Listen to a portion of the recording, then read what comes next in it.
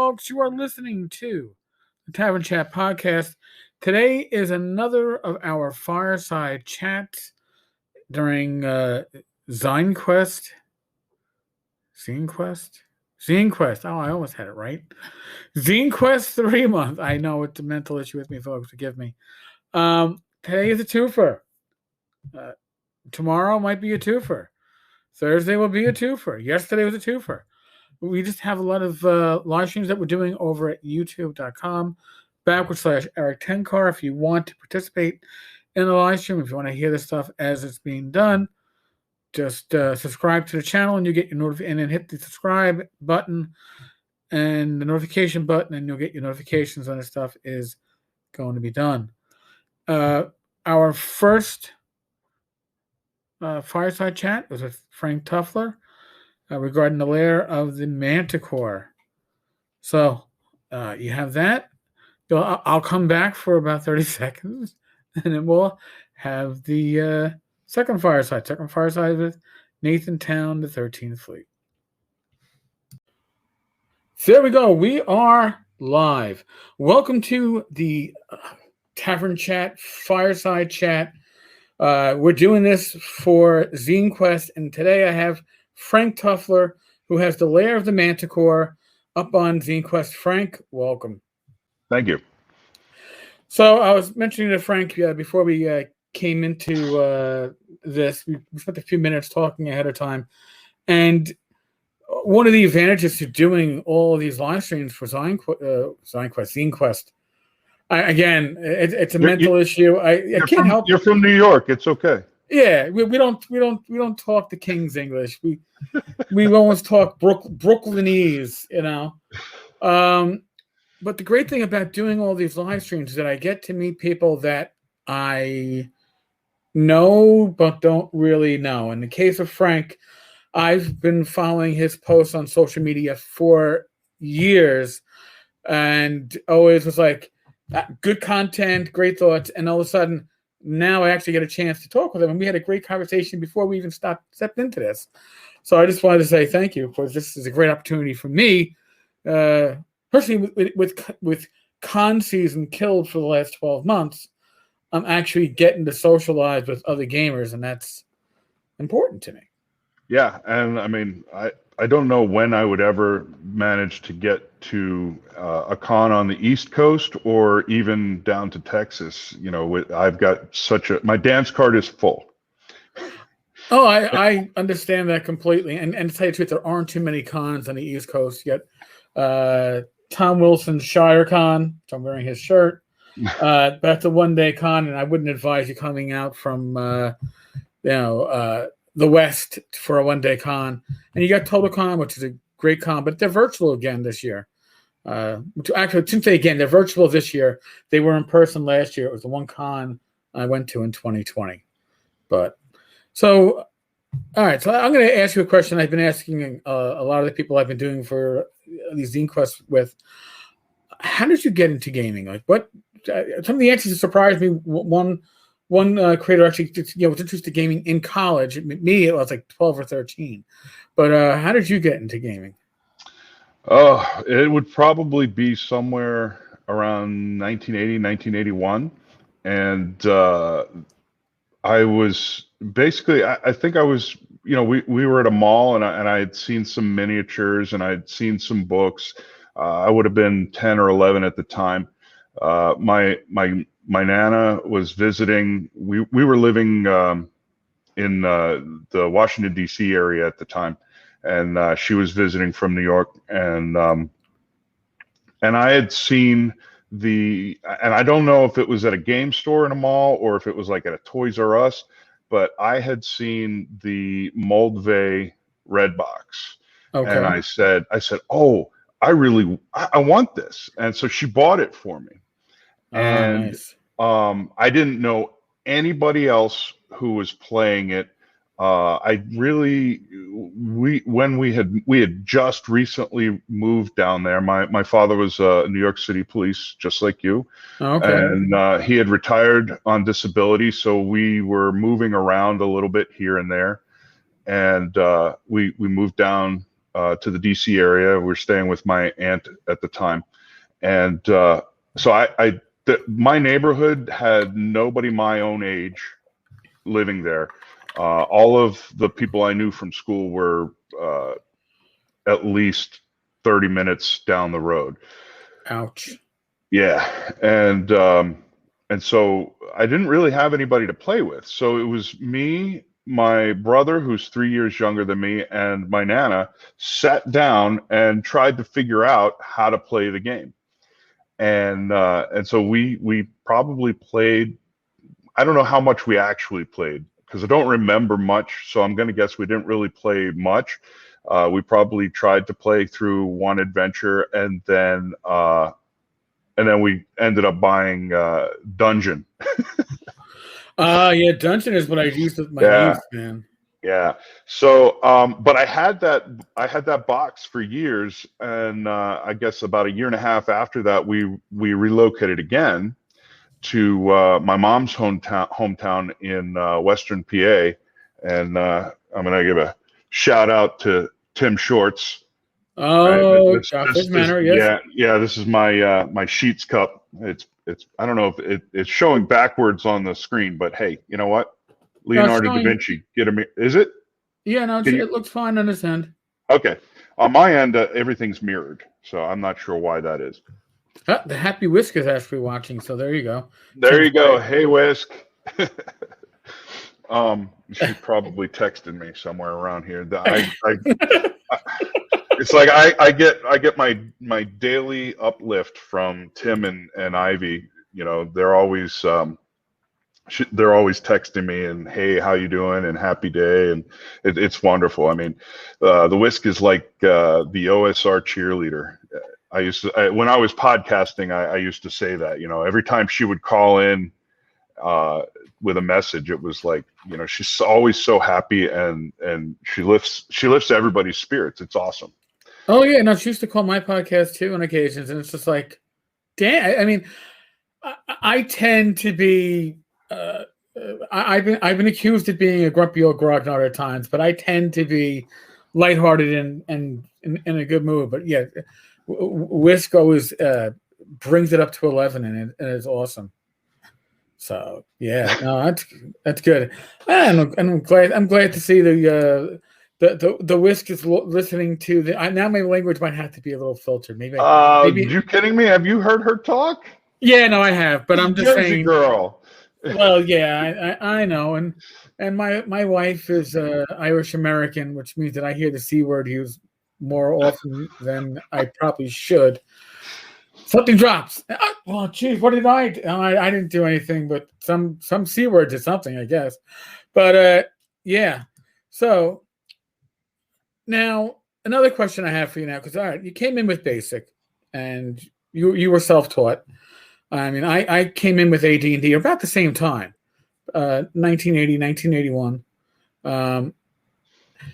So now, do you think that coming into gaming at that time, right when gaming as RPGs were on this nice, real huge upswing, do you think that and again, the same age frame, I was maybe 12, so we're very impressionable youth.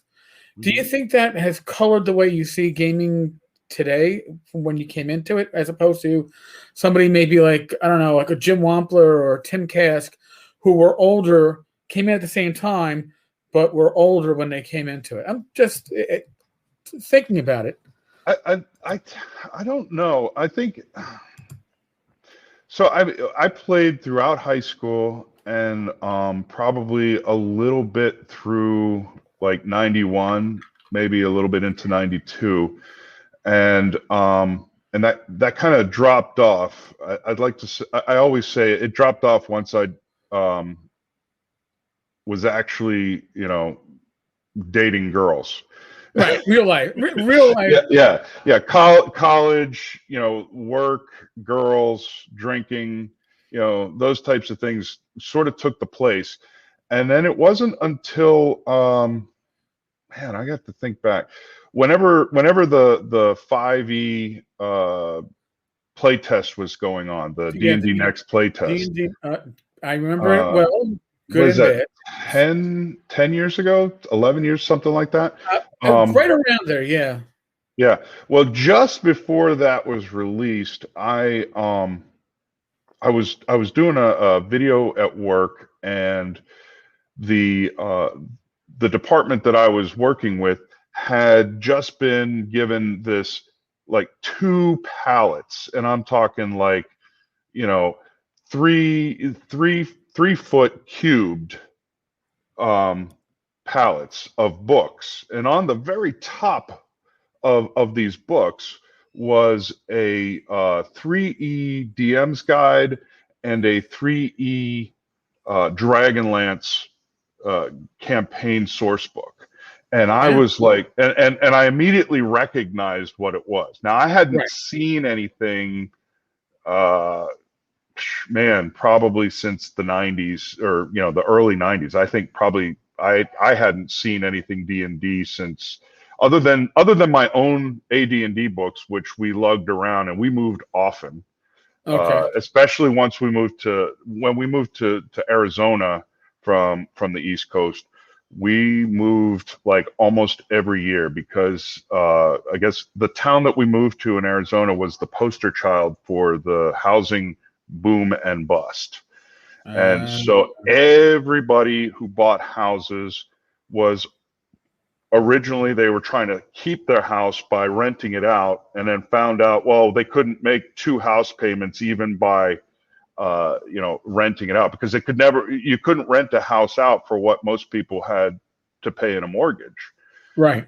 So every time we moved, the house within a year or so was going into foreclosure. So I'd say until we bought our house, we probably moved on average once every 5 or 7 years, for the period of 5 or 7 years. And so I became intimately familiar with the yellow spines of my AD&D books, because I would see them every time we would move. Right. Well, the director of this department said, "Hey, if you want those, just take them, because I don't know how much we're gonna be able to use from these books anyway."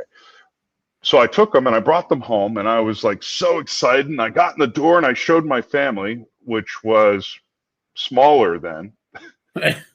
I had my 2 daughters and my adopted son, and my adopted daughter as well, although she wasn't there at the time.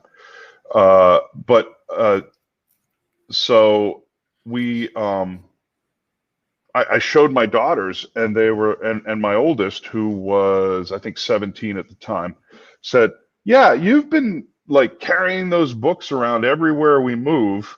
When are we going to play that?" Oh, really? And I was like, "Oh, I thought you'd never ask." So that sent me back into gaming. And growing up in high school, I was in a very small town, the Rust Belt, and I don't remember having a dedicated gaming store. And on visits to New York, I always wanted to go to, like, the Complete Strategist or something like that, and I never did, because it was always, oh, we're going to go, and we're going to spend time with family, and we rarely, if ever, took any kind of trips into Manhattan. But yeah, so I broke out the books, and everything was like, still, it was like riding a bike. Oh yeah. Right? I was like, oh yeah. So we rolled up some characters. I was able to find Dragon's Foot online and download a quick adventure, because I don't know where. I think all of my adventures I probably gave to I gave a lot of stuff away in the 90s. Probably, I mean, I gave a lot of stuff and probably lent a lot of stuff that I never thought that I would need to worry. I could always find it. Like, my cousin was our GM through high school, and so he was the guy that I would always, hey, if I didn't want it, I gave it to him. So I'm pretty sure he has most of my Beckme collection, all of my adventures that I ever bought, because I'm probably, at one point I had to offload a ton of stuff because I was just like, I'm not going to carry this around everywhere. Especially when I was in college, and I was constantly moving back and forth from New York to Western PA. I mean, it's an 8-hour drive, and I at the time was trying to stuff stuff into the back seat and trunk of a Malibu Classic, and it was just space becomes real important at that point. Yeah, and I certainly didn't have the space. I was living with my grandmother at the time, my same Nana who got me into the hobby, so to speak. I love telling that story too. It's like, and she, so she had a 1-bedroom apartment, and we were on the first floor, so it was easy to get into. Fortunately, while I lived there was never any break-ins, but it wasn't like I had a lot of space to put stuff in her apartment. I mean, today I have a walk-in closet that's probably about the same size as her kitchen. It may actually be a little bit bigger if you measure the square footage. But it's a typical 1-bedroom apartment. We had a kitchen that you had to go outside just to change your mind. We had a living room and then her bedroom. I slept on the pull-out couch, and so it wasn't like we had a lot of space for stuff. Right. And so I started jettisoning a lot of different things throughout the years, but I always kept my core books. And when my daughter asked, that was just like, I could hear angels singing, and then I thought, well, you know what, we're gonna have to get some dice, because I that was one thing that I don't know where they went to. All I have is a handful of old dice, and I don't even know that it's a full set. Right? They're all chipped, and now I have them. It's like these are on display, right? They belong in a museum. There you go. But so I found a game store here in Phoenix, and I mean that's the nice thing about the Phoenix area is there's no lack of game stores. Certainly not today, right? But even 10 years ago, there probably there wasn't really any lack. I think there were 2 major game stores, and one was on my way to or from work.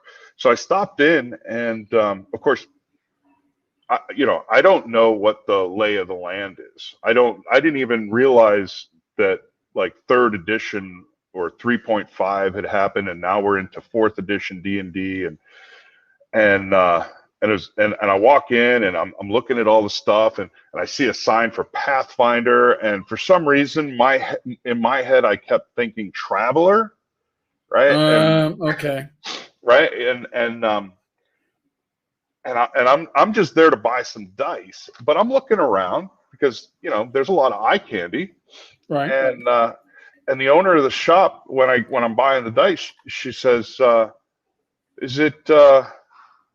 I guess I could plug the shop too, right? It's Game Depot. It's Game Depot in Tempe. It's a great place. If you're in Arizona or you're ever in Arizona, you want to stop in. Check out Home Depot. They're great people. It's like family owned. They've been around for years. I think they started as a Flying Buffalo store, which I didn't even know they had. I mean, until she mentioned it, I'm like, oh, okay, interesting. And it was I only had just learned what who Flying Buffalo was. I think I had met. I think I was at a con, and they were talking tunnels and trolls and stuff like that, and so but yeah, so I'm buying these dice, and she says, oh, D&D or Pathfinder. And again, when she said Pathfinder, I'm thinking Traveler for some reason, right? I'm like and I'm like, D&D, and she goes, oh, what edition? And I'm guessing she was looking for the answer of 3, 5, or 4. And I was like, I mean, I had been on the Dragon's Foot forums long enough to realize that that there were 1E, and of course I knew about TUI. I had the TUI books as well. I was I'm a collector just as much as I am a player. Aren't we all? Yeah, that's behind me. That's just what I amassed in the last 4 years. Wow. It started with my 3 or 4 gold spine D&D books, and now that's what I've got. But Nice. and that's not everything, but it's almost everything. But yeah, so I was like, 1E, and she goes, "Oh yeah, we have people who still play that." Yeah, we relegate that stuff to the corner behind. It's in that bargain bin. Yeah, I don't even know. I mean, I've never seen anything other than from that time on. I now you don't even see any 3.5 stuff, but yeah. So I had kept going back, and I was like, oh, what's this Pathfinder thing? And so I bought the Pathfinder beginner box, and as I'm going through it, I'm like, what happened to I thought armor class was descending. Oh yeah. Yeah. And then I was like, oh well, the wizard's like kind of an okay playable class at first level here. I mean, like that's interesting.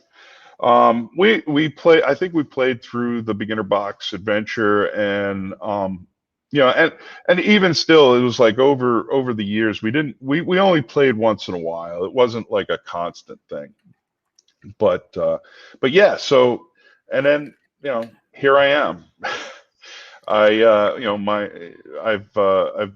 really kind of become quite the new hobbyist, or the new again hobbyist.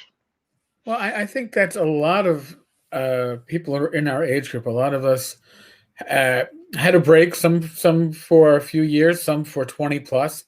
And then you come back, and it is like riding a bike. You do come back, and you're like, now I remember why I love this. And part of it, I think, is nostalgia for when the early days when your responsibilities were maybe getting your homework done and playing D&D, and then the summers where you're, with my friends, probably 5 days out of 7, we were gaming in my backyard at the picnic table, assuming the weather was good, but because that it was what you did when you didn't have responsibilities. And as you got older, and again, interest in girls, college school work, going to college and working, gaming at every given moment was down to once a week. In my case, literally gamed right until the weekend before I graduated the police academy, because it was the last time I had weekends off for like years.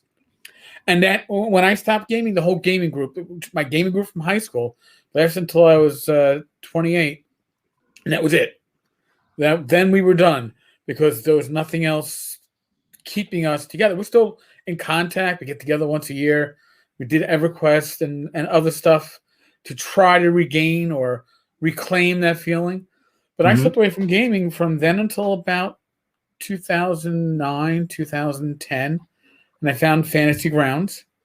And as a player without high-speed internet, because there weren't much in the way of high-speed internet back then, it was a great interface. I think that virtual tabletops like Roll20 came into their place with the advent of high-speed, because then it had the integrated voice, poorly integrated video initially, as we were discussing prior to the show.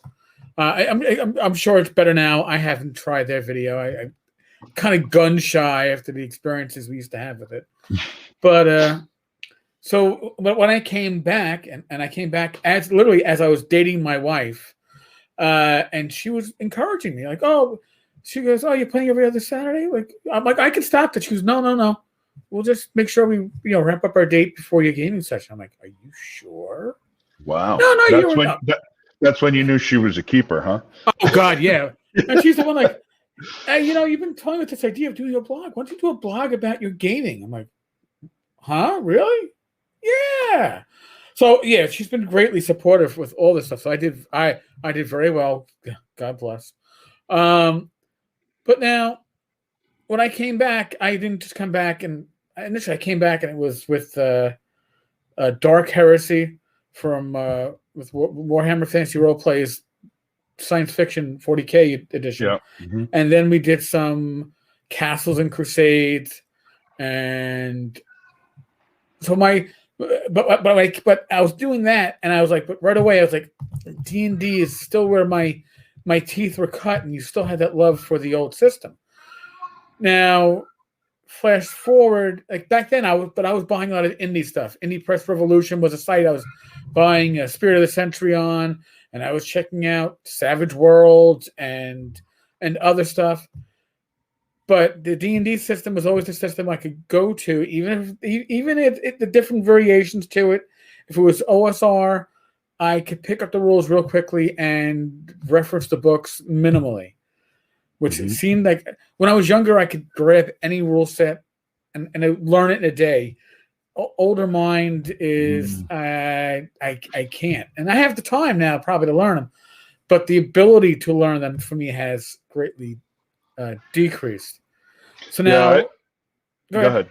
I find that myself. I've always been more of a kinesthetic learner, if you will, where it's through the act of doing things. Yep.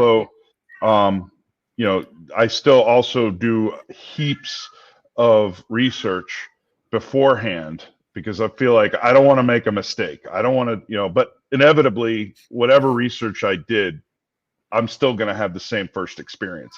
And gaming is very much the same way. I've been sort of on my own little personal quest to find all of the different games, like new games that have starter box and beginner boxes and quick starts, just to see what people are doing, because I think that that's a big, and maybe I'm way off, because maybe I'm colored by my age, but right.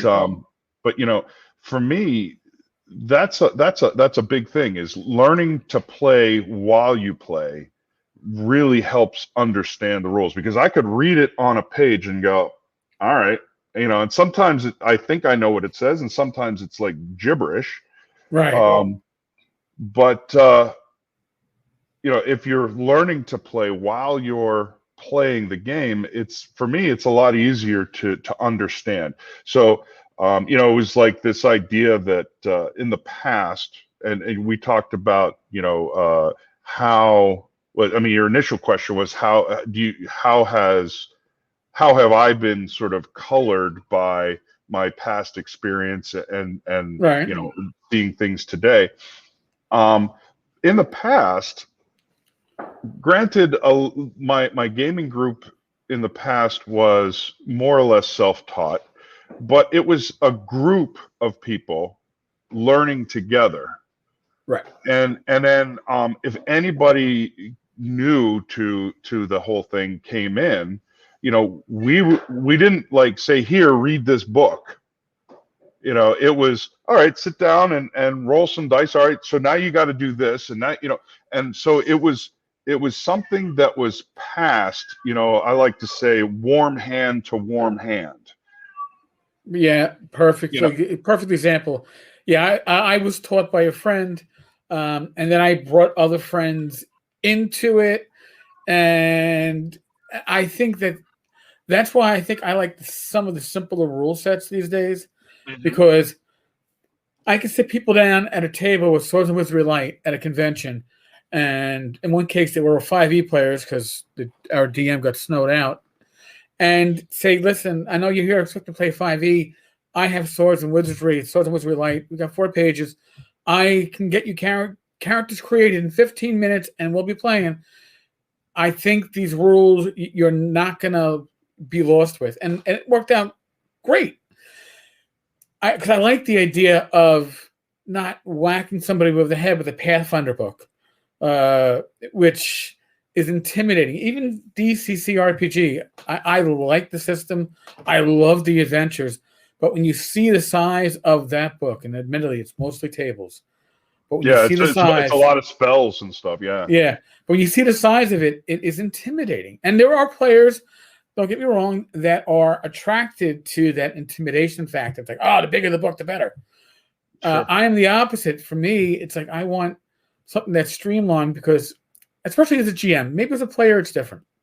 When I play, I don't need to be fluent with the rules, but when I GM, I need to be fluent so I can keep the pace going, and I can only get fluency in a new system if it is a streamlined system, which is what I'm going to come into next. Because when it comes to the Lair of the Manticore, I see that you've got 4 systems that you are preparing this in, and it's 5th edition, and you can't publish anything if you're doing more than one system.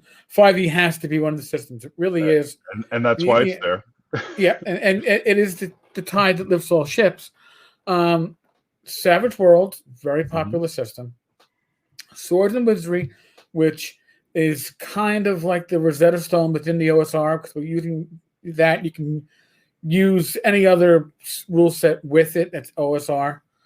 But you also got Tiny D6, and I find that very intriguing because Tiny D6 is probably the one system that in the recent years that I've looked at and I've said, my God, I like this because I can learn if I invested a solid day or two going, and I have a couple of Tiny D6 core rule books.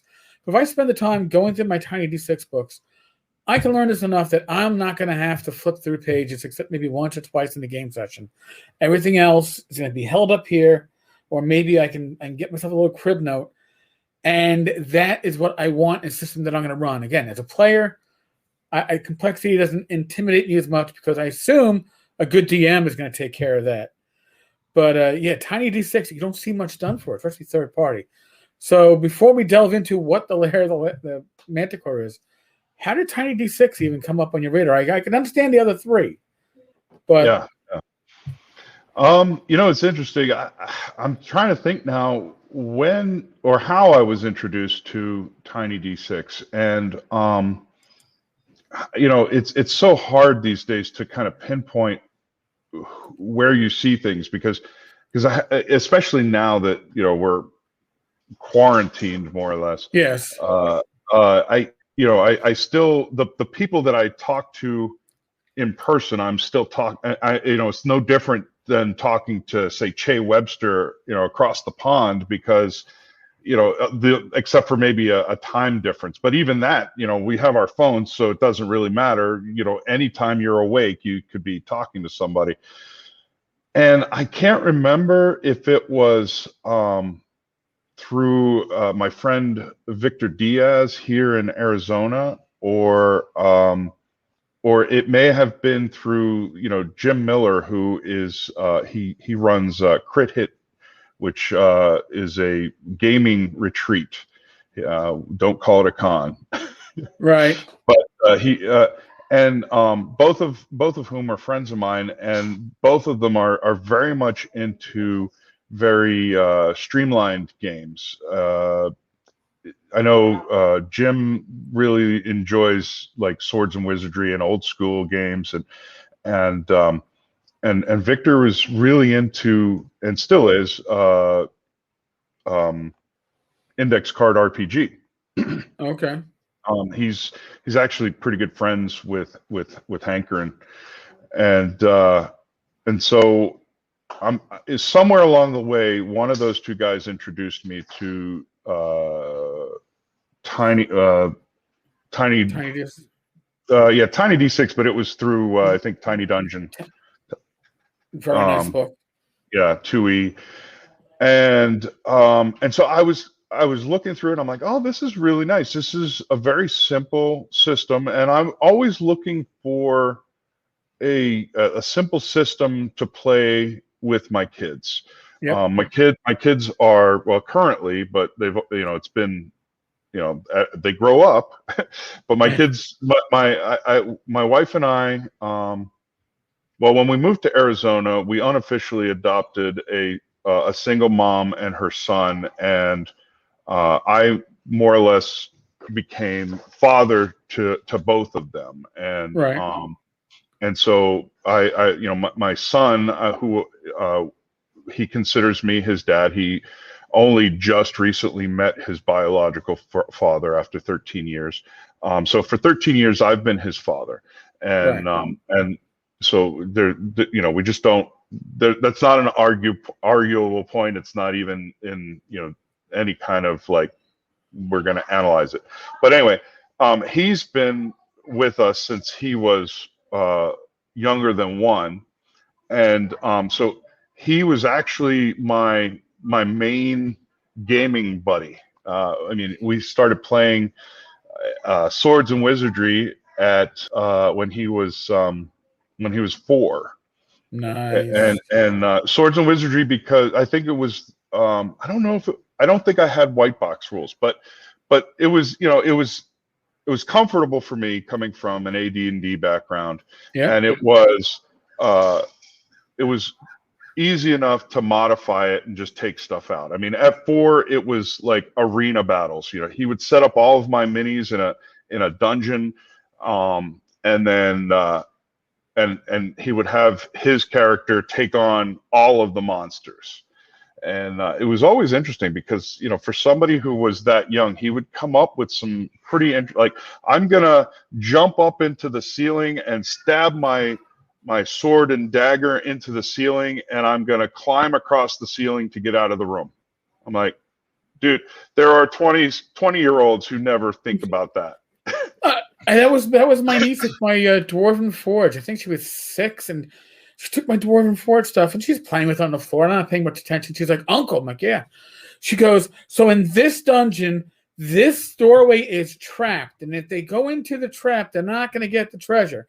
But over here is the treasure, but it's not really the treasure. That's also a trap. I'm like, girl, you've never seen me play D&D, and your father stopped playing D&D like 30 years ago. Where are you getting this? But their imagination is amazing. Yeah. When he was 7, he wrote this little dungeon. It was almost like a 5-room dungeon, and there's a video of it on YouTube. I'll send you a copy of. Oh, awesome! When he started, I was like, oh, I got to get this. So I got my phone out, and then I actually helped him to put it together. I took his artwork and then I added some of design, and I drew up a proper map for it, and the adventure is on drive-through still. I can't remember what the name of it is. I'll send you that link too. Cool. But it was awesome.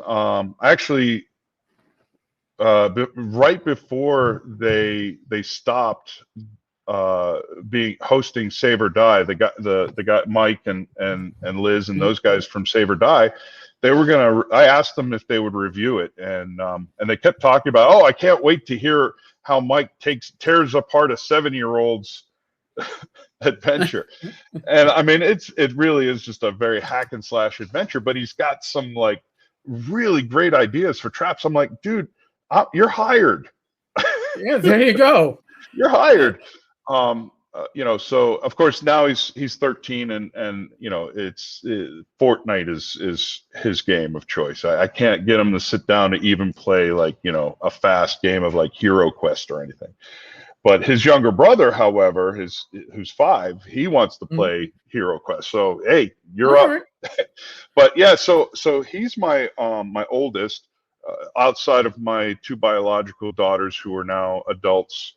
And have, my youngest biological daughter has a family of her own, and my oldest is still here in our house. She helps out immensely with all the kids. And then my wife and I officially adopted 4 other children over the past 5 years. And so my younger ones, who, it's like I'm the goblin wrangler around here. They are 3, 9, 11 and a half, and 13. She'll be 13 next week. So so I have a gaming table at my disposal when I need it, and right. But I need to have very easy to run, easy to get started games. I've looked at like games like Hero Quest work really well. We are wholeheartedly an ADHD home. Medically and Right. reality. Throw a pandemic in the mix, and it's just chaos all the time. I've been lucky that I think they've been watching TV, so everybody's been quiet. Um, but yeah, so it's just it can be very chaotic, and I need to be able to just pick up at a moment's notice, because there's no planning. It doesn't Right. matter if I've been planning an adventure or not. I have no heads up time. And then on top of that, my time is limited between, my regular work schedule, my home schedule, and then throw Patreon on top of it, and Right. the occasional commission, which I take very few commissions these days. Just because I don't really know when I can't always guarantee the time that needs to be put into something. So if it's a simple enough thing, especially like old school maps, I think those are easy enough to deal with, Right. because they don't really take the thought that goes into them takes longer than the execution. So yeah, so tiny a long way around, to go past my elbow. To the phrase, and Tiny D6 was a good match, Yeah. because it's very simple mechanics. It's easy to get your character put together very quickly. I think it suits both narrative play as well as tactical play. There's not a lot of tactics written into it, but let's say tactical play, it's not hindered by tactical play. So if you want to Okay. put minis on the table, that's not going to hurt. And I guess most narrative games aren't going to be, really, it's not something that you could really hurt by putting minis on the table. It becomes scenery, which is essentially what I've always used minis for, is scenery. I mean, Yeah. we had minis on the table in 1986. We just didn't really, we weren't measuring tactics. It was, here's the room, and this is where you are, and this is where the big bad is. And right. For us, it was marching order. You had your minis on the table to show the marching order. It's like, all right, so I know exactly where everybody is. Like Roll20, I'm infamous for, as a GM, not using pogs or minis. That's just like, I got a pointer. Fog of War, remove the dungeon, and I got a pointer. And use your pointer to show me where you are and what you're doing. And if I need to, I'll draw in an X. Literally what I was doing when I was running at a regular table. So, which means, and as Tim Shorts could probably tell you, which means that when I'm a player, I forget to move my fucking pog anyway. So I was like, where the hell is Eric? Eric, are you asleep? No, I'm right here. Well, why haven't you moved? I'm like, because I don't think of it. The theater of the mind. It's not part of my theater of the mind. So, all right. So now let's go on to the Lair of the Manticore. Where did the idea come from? And let alone, why did you decide to go 4 systems? I think it's a great idea, but it's certainly a lot. So, way back 3 years ago when they started the ZineQuest, I was like, oh man, I should do this. And I'm always I'm always way behind on everything. So once, it was like I said, oh, I should do this, and it had already launched. And then I'm like, oh, well, am I actually going to be able to pull this off? So I started putting together a one-page zine, and as I was putting it together, I realized, oh, this doesn't fit the rules. I would have to turn everything black and white, because I had used a color illustration for the cover, right? It ended up being an accordion fold, one sheet of paper, and and so it was very simple. And even at the time, I did 3 different versions, and because of the 3 different versions, I did the 3 different versions because my primary game is Savage Worlds when I'm not playing at home with the kids, and I'm actually slowly introducing them to Savage Worlds because I find that it has, for me, it has the best balance of crunch and narrative play, as well as it gets out of the way of the GM. So it's very easy to run a Savage Worlds game, especially for me. Then, of course, I felt I had to do a 5e version. It's like you always have to do a 5e version. Damn yeah, definitely. And if I was doing a 5e version, I had to do a Swords and Wizardry version. And at the time, that one was easy because all I did was list the bare minimum stat information for what was in each room. And so it wasn't like I had to really contend with a lot of different rules. It was just, I'm listing stats, right? I think because I was going 5e, I think that was, I used a couple of different auto generators, like Don John and stuff like that. Right. And so because I'm not a regular 5e player, and I'm really not up on the design aspects of a 5e game. I was still designing it very much like I would design a typical dungeon crawl for Swords and Wizardry. But I know that that people want to know the information on difficulty levels, right? The CR is very important for people.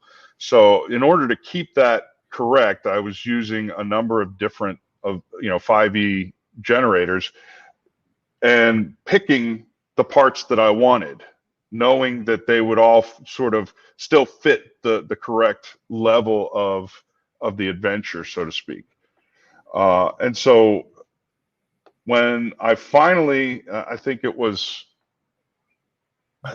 probably about 3 months ago, for some reason my head said, oh, you know what? You missed last year, and you didn't really get the adventure done in time for the first year, but maybe I want to try doing ZineQuest this year. And at the time, I really didn't have a specific idea on what I was going to do. I thought, well, maybe I'll just do the one-page dungeon again. And then Tim Shorts started the RPG Zine Facebook group. Yep. And there was a lot of, last month, it was just a lot of talk about ZineQuest. And that was really what fueled my interest. I mean, the interest was there, but it inspired me to really kind of get off of my butt and start doing stuff.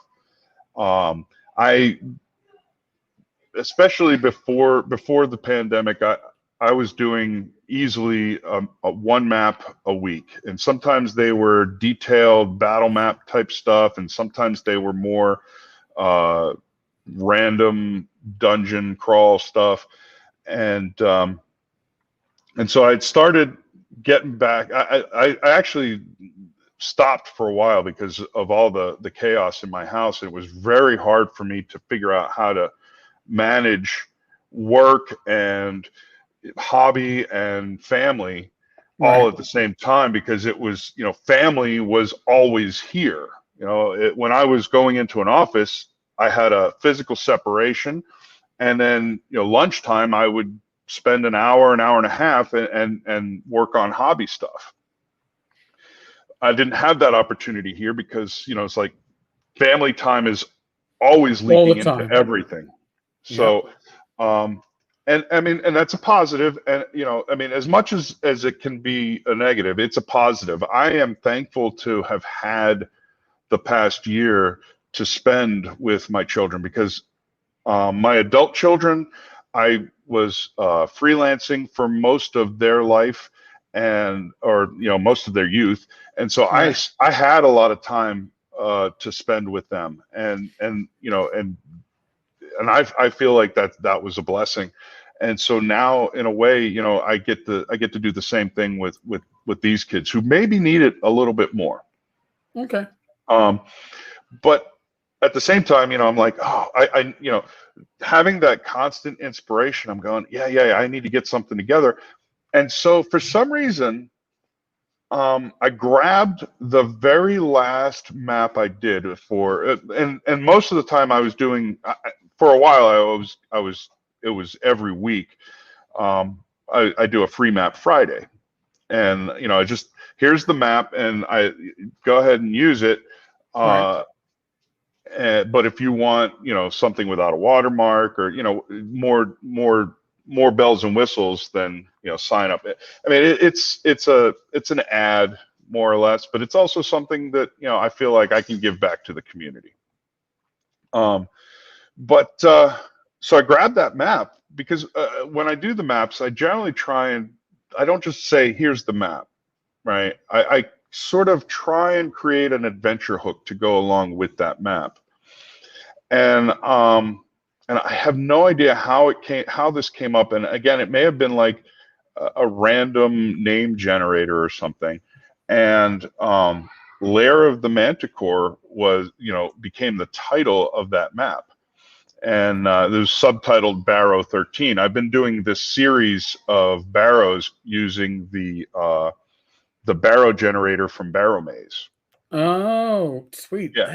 I never even thought about doing that. Jeez. Yeah. So I've been doing a series of those, and just creating the maps. And I think the first one, I used the barrow generator all the way down to like what was in the barrow. And then based on that information, I created the backstory or the hook. Right. This time, however, I made the barrow, and then instead of populating it with the generator, I created the name, and then I start thinking, okay, so what else is, what is this Lair of the Manticore thing? And I think I may have done that even before I started creating the map, which is I have never really thought about doing. But whenever I create a map, I'm always thinking of the story behind what's there, right? I'm like, all right, so here's a room, and here's a room, and here's a secret door. Why is that secret door there, right? Oh, well, somebody had something they were trying to hide, right? Or whatever it is. I'm creating this history of the location as I'm creating the map. And so that's more or less what happened with Lair of the Manticore.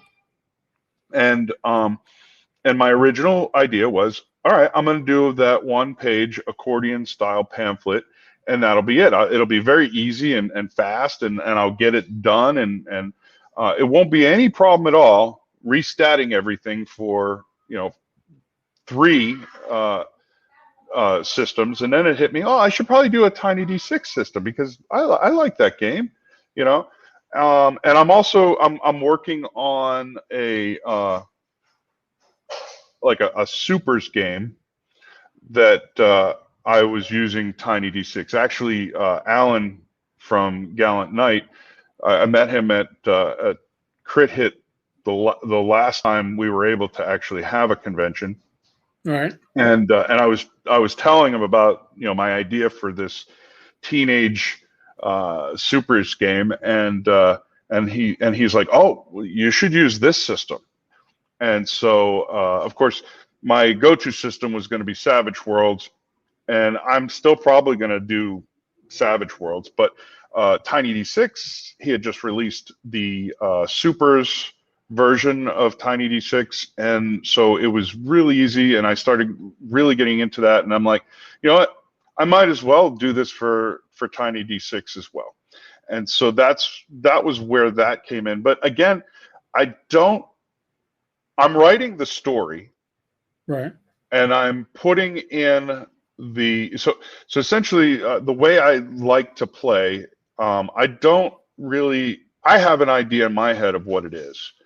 but I don't ever want to step on a creative GM's toes. So essentially what I will do is I will give you all the information, and this is sort of how I make notes for myself, but obviously when you write for the public, you've got to expand on just bullet points. Right. But I will give you all of the information up to the point of when your characters enter the story. And so for me, that's, you write that once. You don't necessarily have to change anything for other systems.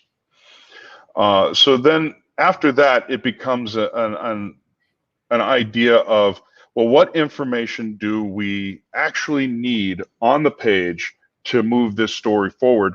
And I found, you know, even in the past, it was nice having that box text to read, but I ended up paraphrasing. I mean, I used it because it was a crutch. It was a lot easier than like trying to think of it myself. But I ended up paraphrasing based on the box text anyway. So why not just have sort of, you know, keywords or tags? I think tags is the current term for it, of what, you know, what is in the room in terms of that introduction to, you know, what do the characters experience when they first step into that the room or the area that they're moving into. And so I had done that, and actually I did I think I sent you the Heart of Darkness, which was my, you know, sci-fi gothic horror. I like to say it's a sci-fi homage to Ravenloft. And I was very interested in, again, doing the same thing with that, where what I generally do for any of this stuff, and the zine I did, the first pamphlet zine I did, was extreme in that manner because I only had one page. So it gave you the introduction to what, you know, to up to what, to where you were, and that was one page, you know, just one column of that three, you know, if you divide it into three. And then the inside was the map, and then all around it was all of the stats for what was, and what was in each room. So that was bare minimum. But in general, like for this Lair of the Manticore, as well as the that sci-fi adventure, what I've done is I got this idea from what is it, Cult of the Cinder Queen or something. It was a it was a dungeon world adventure that was written to be like an old school dungeon crawl. Okay. And what he did was he just gave bullet points, right? He said, you know, there's like different sections. There was a description of the room, and it was bullet points. There was, you know, what types of things you could find, and it works well for Dungeon World because, you know, depending on what you roll, it decides how much of certain things there are, right? So it's based on, you know, your success. You can have greater success or lesser success, and because of that, you've got to be prepared with what, you know, I'm searching for a secret door. You know, you had some success, so yeah, you kind of you can hear some wind whistling through some cracks near here, right? Or you had great success. Yeah, you not only, as you know, as you're searching, your foot hits this rock, and the rock slides and the door opens, right? So he had a list of things in, you know, ascending order of, you know, well, you know, if you want to do this, and then the same thing is like if you want to really challenge people, you know, here's a list of what might be in the room in ascending order, right? So I really liked that idea because I felt like, oh, I could easily look down at my paper. It's just like notes. Right. And I don't have to memorize a ton of information. All I have to do is glance at my page. Everything is on 2 pages, right? That was an idea that I had grabbed from the original D&D. Oh man, I can't remember that. My head is like, I've got so much going on right now in my head. What was their play network that they used to have for The RPGA? well, it was after the RPGA, during, I think they may have started in 3.5, but it was really popular in the 4E, and essentially it was Adventurers just League? yeah, it was previous to that. It basically geez. it was Living the Greyhawk. no, No, that was 3.5. That wasn't 4. yeah, no. Basically it was you show up with your character, and it's a single encounters. That's what it was. Oh, that's right. Encounters, 4E. right? That was 4E. Yes. Yeah. So and they were using encounters for the D&D Next playtest, which I was involved in, and I really liked the fact. So their mandate to the writers was, you need to make sure that everything for the encounter, the room that you're in, fits on 2 pages. And the best part of that is you open it up and you just have those 2 pages in front of you. You don't have to go flipping through stuff.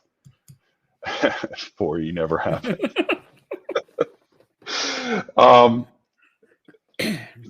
You don't have to go flipping through the back of the book or anything like that. All of the information you need to run that particular area is on those pages. And I thought, this is genius. This is, I mean, between the Dungeon World adventure that I had picked up and this idea, I'm like, this is great. Why isn't everybody trying to do this? And so that's what I attempted to do with my first adventure that I wrote for Savage Worlds, and then and subsequently also, because it was actually, I think what happened was I wrote it for White Star. Oh wow! Okay. And I was really excited about White Star, and there was just like the sense of freedom that came over me in having that. And then with because I had become a Savage Worlds licensed partner, they're called ACES now. I can't remember. It was just a licensee in the past, but I thought, well, I'll do this for Savage Worlds as well. But because I'm writing it in a way that I'm showing, and I have an example on the Kickstarter page as well, but I'm writing it in a way that you have the map on one side, or just the area map on one side, so you know what the area looks like, and then on the other side, I'm giving you well, on one page, it's got the map, and it's got some, single words that give you an idea of, what do you smell, what do you see, what do you hear, what do you feel, what does this location, how do you first experience this location? Then on the other page, it gives I call them discoveries, and it's all the stuff that if your characters are interacting with the space, this is all the stuff that they could experience as well. It's traps, it's treasure, it's clues to a mystery if that's the type of thing that I'm writing.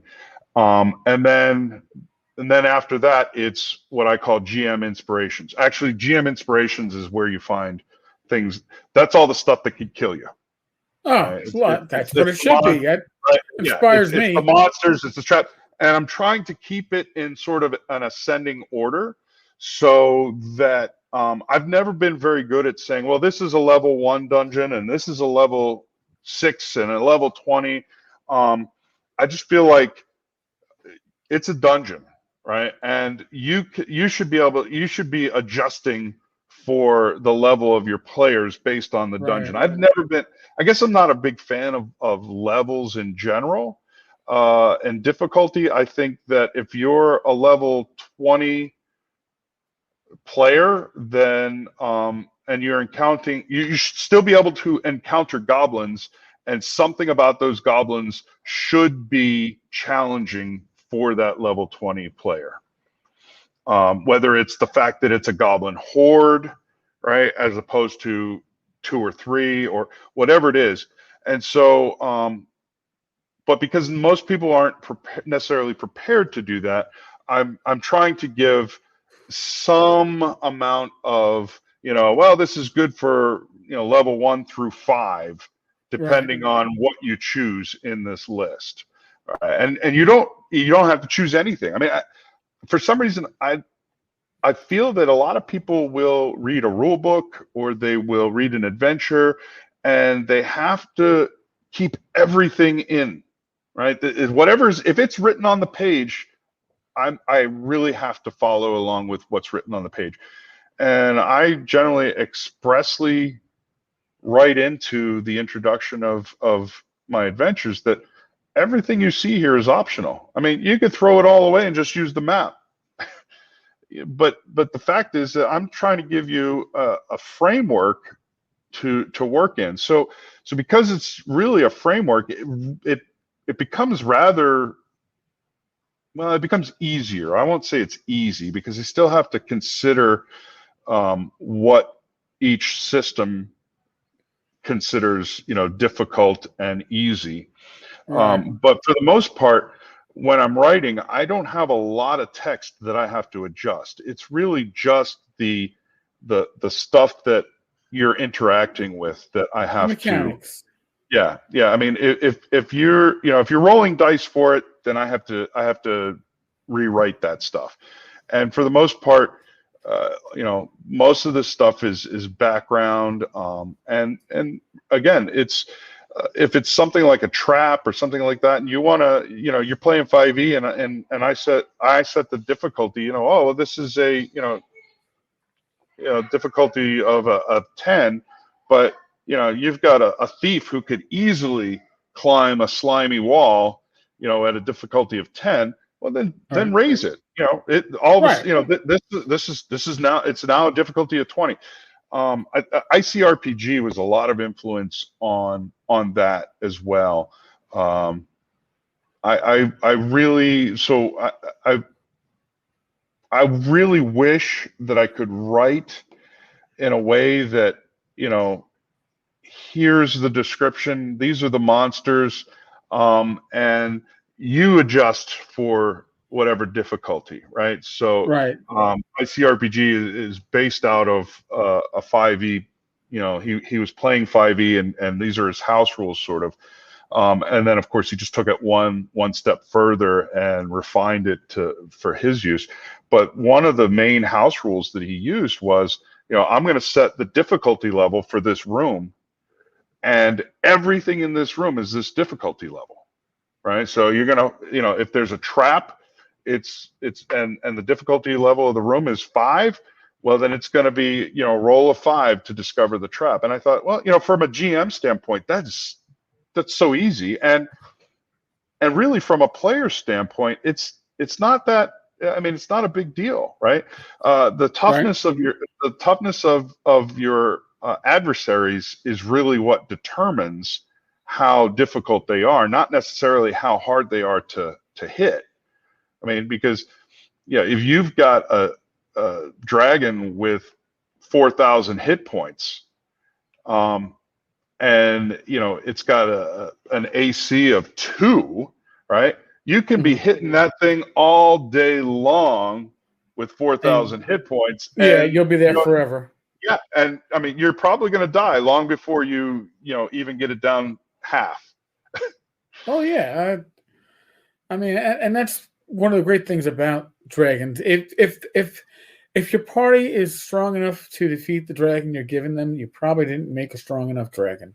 Right. You know. And so I think that, one of the, again, if I could, but I know that the audience wants to see more information, and that's fine. But I still am very limited on what information I'm giving, right? The 5e stat blocks tend to be pretty big, so you may not see everything, but it's going to be a monster that's easily accessible. So if you don't see everything you want, you should be able to go to the SRD and find it, right? And so if there's information that's missing, you can always write it in yourself. But I've also found that there's a lot of extraneous information given in stat blocks. It's like if this is a combat encounter, I don't really need to know all of the actual numbers for the character's stats, right? Just give me the pluses and minuses, or just give me the pluses and minuses of what I need for this encounter.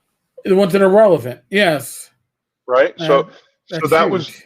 That's one of those things that I'm really kind of limited. And I think that some people, the only complaint that I got on doing that with the first zine that I created 3 years ago was that they wanted the CRs for the monsters, and I didn't put that in originally because, well, I didn't understand the need for it. And then once somebody said, "Hey, can we get the CRs in here?" Because I think and they explained why they wanted it in there, and I was like, "Yeah, I mean it's three characters, sure, three, maybe four."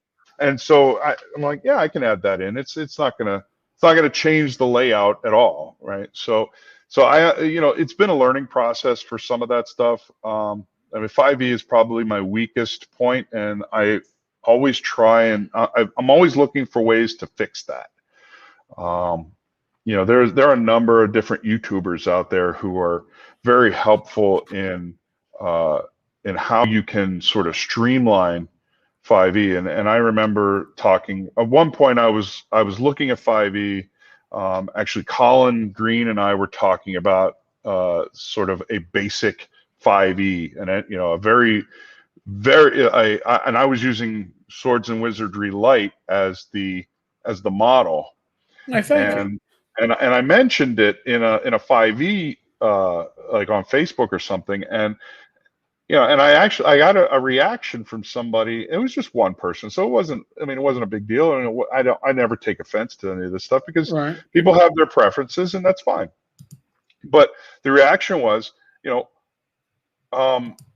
what will you be playing exactly if you're, you might as well be playing rock, paper, scissors. Or I'm paraphrasing now, but I mean, they were saying that 5e was so simple as it was that you're basically erasing the game if you're going to try and make it simpler.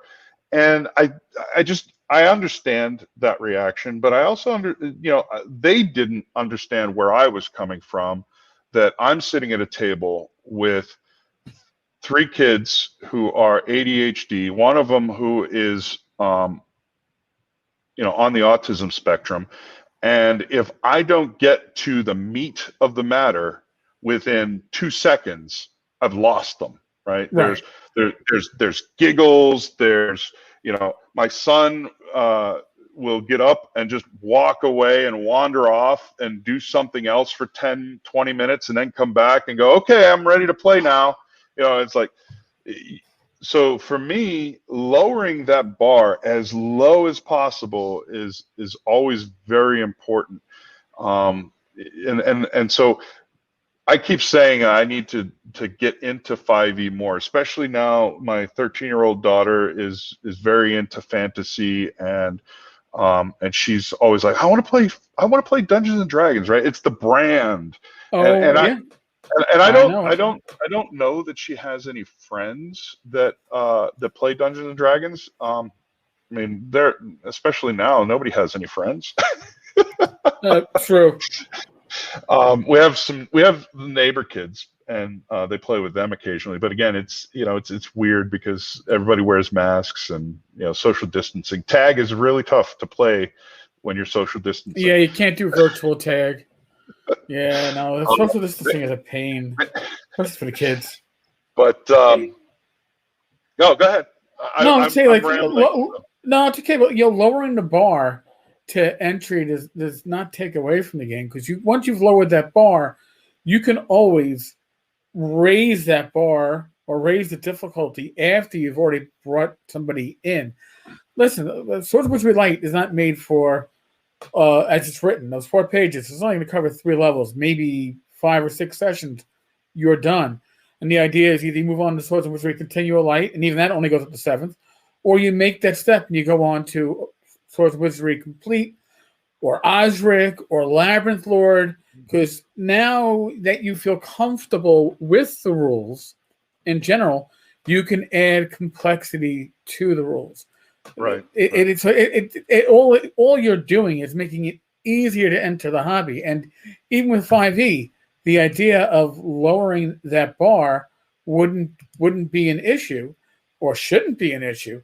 But some people like to be gatekeepers and don't even realize it. Like, well, if you're not playing with the full rules, you're not playing D&D. Right. And I think in the past, it may have been. Well, I mean, you proved that it's not difficult to take the older style rules, which were really more or less a hodgepodge of different systems thrown together, and make it modular and bring that down. It's distilling, really. And I'll tell you the truth. It was time consuming, because I took a Lulu copy of White Box and literally went through it with black marker, crossing out pages and paragraphs, and just to get to the point where it's like, what do I need to keep? And then once I realized what I wanted to keep, now what do I still have to jettison? Like experience points. That would have taken up a page on its own just to explain a concept that new gamers don't need, and a convention play you don't need. So out the window. And shopping is time consuming. So shopping out the window for your first session.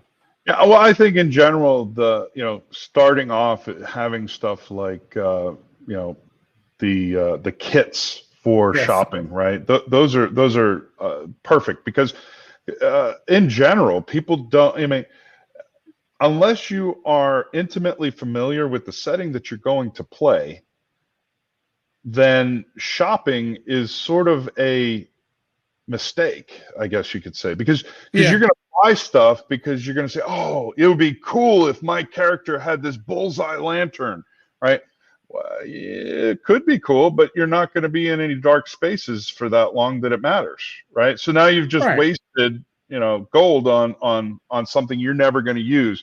And not only that, but the DM has crushed your expectations. Right. Well, I bought this, and it's not confused. But on top of that, do players in general enjoy the shopping experience? Some of them enjoy it so much that's going to be your first session. I got a friend who, like, he's a pawn shop junkie, and we had this shopping expedition, and he just wanted to haggle with me the whole time, and it was like, he's having a blast. His wife is laughing about it, so she's kind of having a blast. But everybody else at the table is like, can we get on with this? Can we move it on? I don't know if Joe the lawyer is still watching, but Joe, this is a shout out to you. You shopped too much in that first session. So yes, these kits were kind of, I was like, wow, I read it in some other game. I was like, this is just a great idea. So that was part of the inspiration with Joe the lawyer. Yeah. You got to give credit where credit is due. Now, you mentioned you have a Patreon. So where can folks find you on your Patreon? It's probably pretty simple. It's Patreon/Frank T. Patreon/Frank T. All right. So that's important, because folks, if you don't realize this, nobody, I shouldn't say nobody, the 0.1% of people who make a living wage off this hobby are few and far between. Most people that are involved in this hobby, it's the extra money that maybe allows the wife to stay home with the kids more, which is in your case, Frank. God bless. And I say this as somebody, I took my son in when he was 13. It was my ex-girlfriend's son. She passed. He'd already become my son even when we broke up. Mm-hmm. But there was no question that I was taking him in. I told his grandparents he's mine when she passed. So that's raising kids that are quote not your own. There are challenges involved in that. So I give you a lot of credit. I really, really do. So if you want to support Frank, you got his Patreon, Frank T. You also have his Kickstarter, The Lair of the Manticore. 4 systems. I still, I love the love for the Tiny D6 system because it is a system that I think I'm going to probably wind up running for my niece at some point because I think it'll even work better with her than Swords and Wizardry Light. As much as she likes the idea that Uncle taught her how to read with it, I think that the Tiny D6 is just a bit more open system for the imagination for kids that age. I played the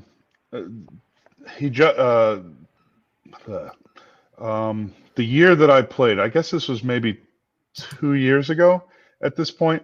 The year that I was at the convention and met Alan Barr, they were running the Tiny Cthulhu version of the system, which he was kickstarting at the time.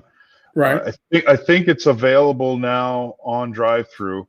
I know we've gotten our digital copies. We're just waiting because of all this wonderful pandemic stuff. Printers and whatnot have been kind of slow and backlogged. But again, we played it, and it was the first time that I had played anything Cthulhu. I have like the starter box for Call of Cthulhu. I've always been interested. I've read most of what H.P. Lovecraft has written, and as well as some of the others. But it was the first time I had played it, and the table, we had the best time because when it's one of those games that the system got out of the way. That's perfect. And for the kids, it's great. I would say that I had to adjust my style when running it because I was used to waiting on a lot of detail. So when I brought my kids in, it's always different for them because their imagination is not quite the level of what most kids are. Right. They've been through some trauma and stuff like that. But so things move a little bit slower sometimes when I say, okay, what do you do? Right. And I'll get some blank stares. So for me, I had to really adjust my style when playing with them. But in terms of, the mechanic of it's 3 dice, you roll 2 dice for anything normal, you roll 3 dice if you've got an advantage, and 1 if it's at a disadvantage, and essentially you're rolling for a success on any of those dice if you get a success on any of those dice. But because of that, it's an easy system to play with. So I mean, if you're into hacking games or playing with right. games, you can certainly play with that idea. And instead of saying, oh, well, if you want to make it more difficult, all right, well, you need 2 successes, right? Stuff like that. So it's a very easy game to manage on the fly, and I loved it just because, again, the game, the system itself disappeared in the game that we were running. It probably had a lot to do with the players at the table. Everybody was very much interested in being their character and truly role playing what was going on. Obviously, it was a a Cthulhu game, so it was more, I guess, mystery, than anything else. So when you're dealing with that, it's less of a, well, you move into this room and I'm searching for that. But again, you can certainly, it works just as well moving in that direction. I'd say that it competes favorably with Swords and Wizardry Light. I'm the person that wrote Swords and Wizardry Light, and I think it does too. Again, I was very impressed with the system. I don't think you could go wrong with Tiny D6. I think it's just, I think Alan did a great job with that. So, yeah. Well, Frank, thank you for spending the time this morning. I really appreciate it. Thank you for inviting me. Well, like I said, I've known of you and followed you for, I guess, a number of years. It's finally great to make that connection. Folks, it's the Lair of the Manticore over on Kickstarter. Go to Kickstarter, do a quick search for it. Available in 4 systems, which means it'll strike your fancy. You'll find something for it. Frank L on Patreon. Frank T. Sorry, I'm having a brain fart. Frank T. Right. Don't go. L is my middle initial. Well, you see, I had no clue. Frank T. over on Patreon. So give Frank your support if you can. And as always, folks, thank you for listening. We had a great live crowd. I appreciate them all. And I'll be back tonight. Let me just verify the time myself. Back tonight at 8 p.m. So I will see you all then. Later, folks. So that was Frank Tufler, the Lair of the Manticore. Coming up is Nathan Town, the 13th Fleet, which is a science fiction adversarial type of RPG, taking notes from such games as classic Paranoia, the old Hunter board game, both from West End Games, and some red shirt action, from Star Trek. Folks, by the way, by the time we do our next live stream, which will be tomorrow at 11 a.m., 2/10 Wednesday, we should have hit 350,000 downloads of the podcast. 350,000. Would not be here, would not be doing this with the amazing community that is part of the Tavern Chat podcast. Kind of just Tavern Chat Podcast Network. In any case, let me step away so we can listen to what Nathan has to say about about coming into gaming in general, and of course, his zine. And we are live. Folks, welcome to a ZineQuest 3 Fireside Chat. I have with me Nathan Town, who is doing the 13th Fleet zine. Did I get it right? Yes, I finally got it. The second time you got it right. Yeah. Geez, by the time I finish doing this at the end of the month, maybe I'll actually have it right. I won't be that goddamn New Yorker. Yeah, it's a New York thing. It's a New York thing, is it? It must be. Is it because you have all those corner side magazine stands?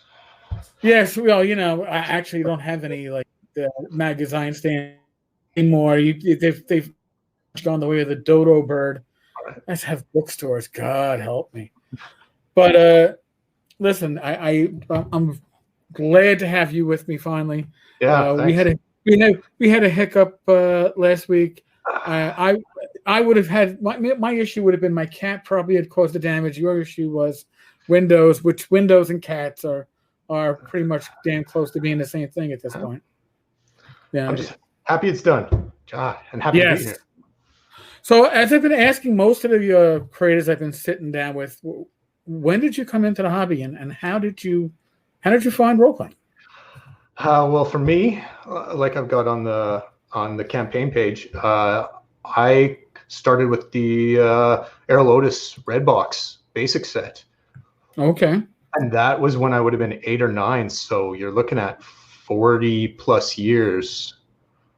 And I've just gone through all of it, all the way through. I mean, once you start getting into D&D, and then once you realize, like, wait a minute, what's an illusionist? And you start getting into AD&D way back in the time. Yeah, I started with AD&D because I was babies. Well, I was a baby, so I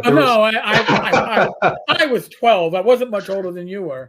But you got that snobbiness back then in the early 80s. I was like, oh, Dungeons and Dragons. If it's basic, how good can it be? Hey, Basic didn't have alignment languages, so it had that going for it for sure. It didn't have alignment languages. It only had 3 alignments as opposed to the 9 that was just way too fucking many for what anybody needed. No, I think basic was actually a better presentation of the rules.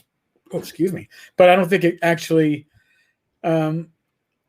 I think AD&D was more marketing, and the idea of making it advanced was to make it elite. And I was a dumb youth, and I fell for that. Yeah, well, spoken like a true OSR guy for sure. Yeah, well.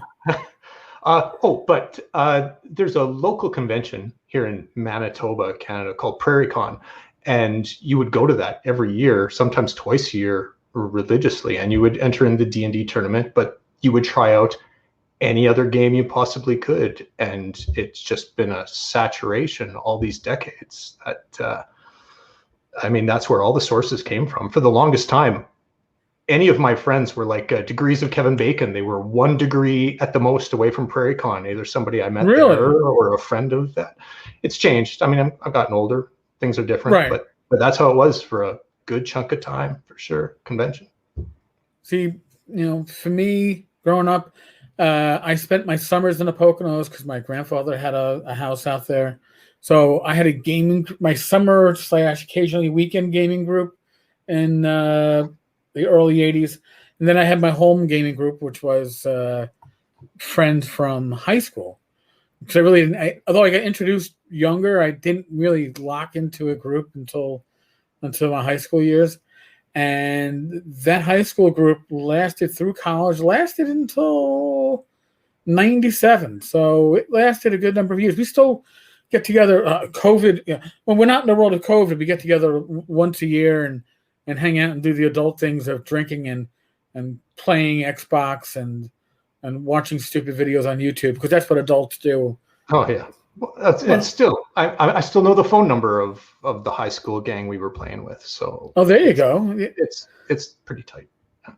Yeah, I mean, and I will say, like, the connections that you make through gaming, even connections that as an adult, adulting with my gaming, most of my adult gaming has either been at conventions or as VTTs. Even though I live in New York City.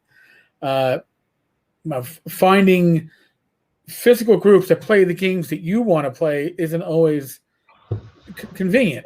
Exactly. Well, as we get older, I mean, every gamer is different, but there is that spread between wargaming, crunch, and something like Fiasco that's just pure storytelling, and everybody's different where they're comfortable in there, and their comfort changes from time to time. I mean, sometimes I like just the straight storytelling aspect, and sometimes I'll be sitting at a table moving minis around, even though I lose every single time because I keep making choices for story-based reasons that don't really exist. But everybody's in there somewhere.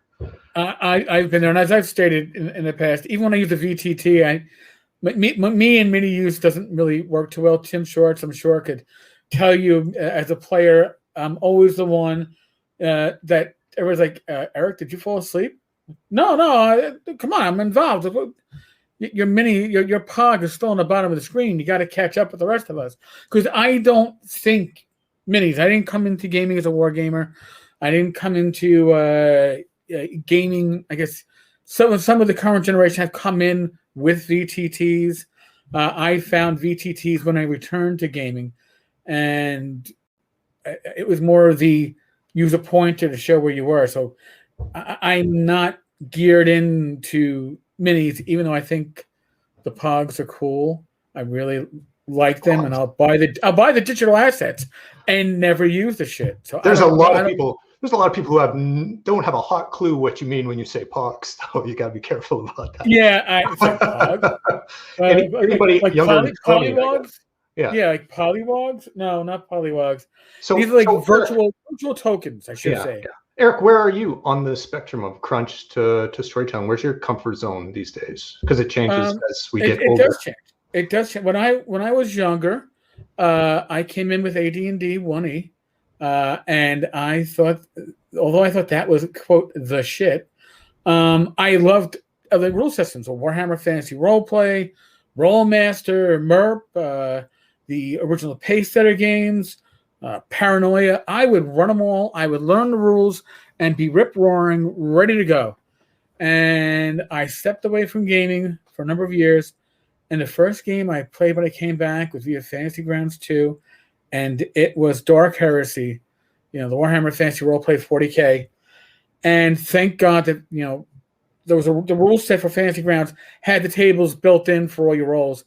So it was light because I wasn't running it. Yeah. And then I tried Castles and Crusades, and I was like, oh, this is actually pretty cool. It feels a lot like what I used to play. And as a player, my tolerance or my acceptance of crunch is a lot higher. I'm more than happy to play in games that I am not fully immersed in the rules, because if I have a question, I have a table full of people that can fill in the blanks and run with it. So at conventions, I'm happy to play games that, I haven't played Time Master since must be like 1993. Yeah, but if you're running the show, that crunch can kill you, though. And listen again, you're talking to the person that wrote Swords and Wizardry Light, where I looked at something like Swords and Wizardry and said, wow, even this is too much to, in my opinion, bring somebody into the game comfortably. You want to lower that bar, yet still give the experience. And I used to be a huge fan of quick starts because they were always a great way. If I wanted to learn Savage Worlds, you get the quick start and you learn. But what you didn't learn is advancement. You didn't learn what it was to see a character get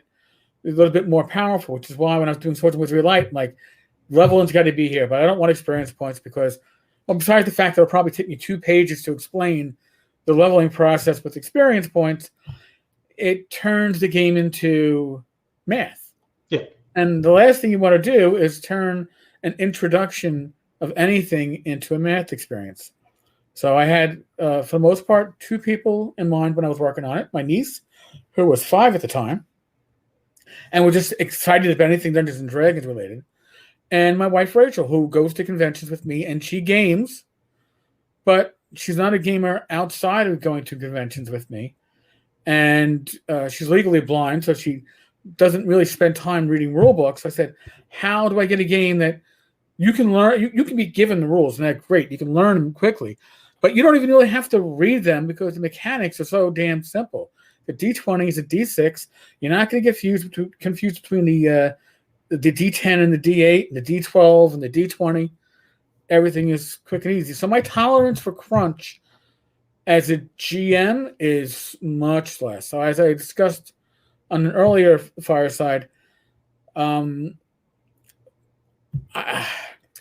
will buy rules for a lot of different games, but the only rule sets that have really struck me in the last couple of years that warrant OSR, because the OSR is it's already built into my genetics. I can pick up an OSR rule set. Faraway Land. You're going to say Alan stuff too, aren't you? Well, I'm going to say Alan stuff with Tiny D6, but the first game I found that spoke to me that wasn't quote OSR, but has a lot of the OSR feel to it was Faraway Land. Yeah. Faraway Land. I was like, it's a simple mechanic, yet it's still a deep game. It runs well, and I don't need to figure out how powers work in Savage Worlds, which I still don't understand, and have tried desperately to understand. So I love the support material for it, and I no longer have the patience to learn GURPS like I did when I was in my 20s. For sure. So I had a friend actually who said, remember when we were kids? Remember when you would get your new first ed hardcover supplement or your second ed hardcover, and you would just devour that thing front to back and take. And now, like, I have not read through fifth ed. I'm kind of winging it when I run it because I like rule books should be fun to read, and sometimes they just aren't. My tolerance for it is low. Yeah, no, I again, I would gladly play in a 5th edition campaign as a player. I played in the D&D Next back into Friends and Family. That's how like my online gaming group formed, and I made some really good connections from that. The only problem with that was it was frustrating, not just for our GM, but for the players, because it was a beta test, and it was almost like a stress test, and not, I mean literally, because the rules would change every 2 weeks or so. You get a new version of the rules that you had to read, and a lot of times it would go from something that felt very old school to something that felt very 4E, and then something that felt like neither. And I was frustrated as a player, but really I think the frustration came out with our GM, because every 2 weeks he had to relearn rules to the point that he was fluent enough to keep the game moving. Yeah. And that was not the easiest. And I'm a big proponent in that you should know the rules, especially if you're going to a convention game. Maybe it's different at your home table. Your players are more understanding. You're all learning it. But you go into a convention game, your GM better know those rules, because you've taken the time to go to a convention. You've paid your money. You don't want the DM going, yeah, okay, that anybody know what page that rule is on? Let me find it. You take a bathroom break, because I looked that up. Yeah, no. I gotta say, 5th Ed kind of feels like that process, that traveling tale rule making process. There's less structure to it than, say, Pathfinder or 3.5. It seems a little bit more all over the place sometimes, and just you describing your next experience kind of illustrates that. I feel that they were trying different things out. For sure. Well, they were, and I mean, in a way, I look back at 1st edition D&D, and it's a hodgepodge of rules. I look at it as somebody who's been gaming now for 40 years, and I'm like, all right, so you have a system that's basically based on a D20, because everything you do is a D20 for your saves, for your combat, except if you're in unarmed combat, in which case we're going to use some weird percentile system with a table full of adjustments. It's like, huh? But do, let's add psionics in, which has nothing. It's like rock, paper, scissors. Like, I think I've still got an old 1E character that has the weapon versus armor class written out. Oh. I'm like, what is this? and what's funny with that was I remember looking at that and going, all right, because initially it was, you got to play by the book. You got to use segment. You got to use spell interruption if you hit. You got to use weapon versus AC adjustments and weapon speed. Still, weapon speed we just fucked up. We could not figure out weapon speed. Still don't understand. So you're telling me that there's an instance, but only if you tie initiative, where a dagger can strike 3 times before a 2-handed sword? I go, I don't even find that in the rules, but I'm sure it's there because people have told me. So we wound up house ruling 1E to cut out and jettison stuff that we just didn't understand or didn't think it was worth the time to invest in. And I'm like, why would you even put that into the rules now? But back then, it was like, again, the idea of, well, we're going to go from a basic game to an advanced game. And the advanced game needs to have all of this to make it advanced. So that's why I look at, like, Osric, and it's like, well, I would gladly play AD&D 1E as a player using my Player's Handbook and my Unearthed Arcana. But if I was going to GM it again, since I no longer have all the rules memorized, because when we were kids, you had all the goddamn rules memorized. You had the page numbers down. It was nuts. Oh, my God. But I used to have the, what was it, for 2nd edition, you had the box set of the quizzes, where you'd pull random cards out, and it'd be like, so what level spell is Prismatic Sphere? You had a 2nd edition Trivial Pursuit game? Yeah. Shit, I think I remember that. Yeah. Oh. And they were, rated on difficulty, the questions. And I would pretty much, I was aces with it back in the day. I pulled it out, I don't know, 5 years ago, and I was like, oh, geez, no fucking clue. But if I was going to run AD&D, I would run it with Osric as my reference material, because it's so much, the ease of finding stuff in Osric compared to the books we had when we were younger is night and day. Yep. Literally night and day.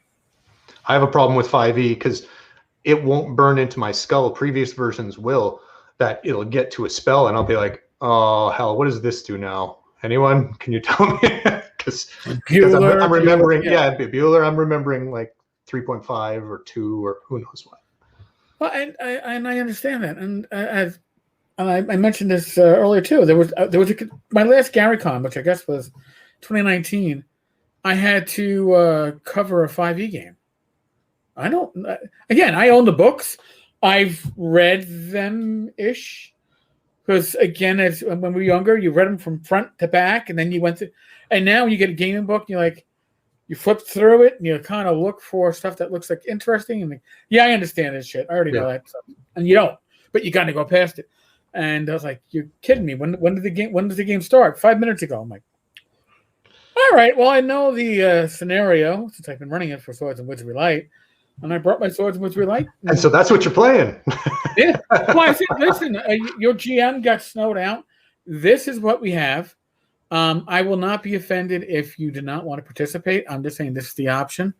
If you want to play the 5e version, then pretty much somebody's going to have to step up and be the GM. I may be able to explain the scenario, but I'm not going to be able to run shit. And one person, wasn't for them. They walked off, and they picked up. I know somebody else at the halftime, the bathroom halftime. I lost another person, but I picked up 2 before that, so that was fine. But everybody else had a great time. They were like, it was freeing, because sometimes less can be more. I don't know if it always works that way, but I think that if you're used to always having a rule defined with every action you can take, and then you move from that to, these are the basic rules, and if it's not covered by that, I just tell you what I like to do, and we figure it out from there. Like, pretty much. My son, when he came to one of these conventions, he was pretty young. He would have been 10, 11. Me and a buddy, we had our sons with us playing in this group, and one of the slots, it was all theater of the mind, some writing on a whiteboard, right? And they really enjoyed themselves. And then the next slot, it was all minis. Everybody had their own maps and their minis, and they were doing it all 5-foot steps and everything. And when we were done that, my son was like, "It's way more fun without the minis." Yes. I'm like, "Yes, that's my boy. Perfect. Yeah." It's more immersive, and I think that, again, the idea for me as a player is I can get more immersed in the game the less I have to think about the rules. So if I'm conversant with the rules, obviously I don't have to worry about the rules. I can just play the game and become immersed in the fictional view within my head, which is great. And if I don't know the rules, but the GM is aces with them, they can also fall to the side. My first convention in like 20 years was North Texas, I don't know, 2014. And it was my wife, Rachel's first experience role-playing outside of One Tunnels and Trolls solo I put her through. And I had chosen Time Master for her first RPG session, because I figured Time Master's been out of print for years. Goblinoid Press had just put it back in print. Tim Schneider, I knew him from online. I think he'd be a great GM. But I want a game where nobody will know the fucking rules. So she's not going to feel strange not knowing them. And only people that knew the rules were Tim, who knew them inside and out, and myself, who kind of remembered some of them. And within the first 20 minutes, my wife is putting some 4-armed creature in a half Nelson wrestling hold. And she's like, "What do I roll now?" I'm like, "This is the woman I married?" Because she wasn't worrying about the rules. She was worrying about the play. and immersed in the play. So that's a good portion of why I like my rules to be minimalistic, which is, again, why something like Tiny D6. When I found Tiny D6, I was like, I could actually see myself playing this. I think Tiny Supers was the first game I found, and I'm a huge fan of comic book movies and superhero movies, and I used to collect comic books, and I hate comic book RPGs with a passion.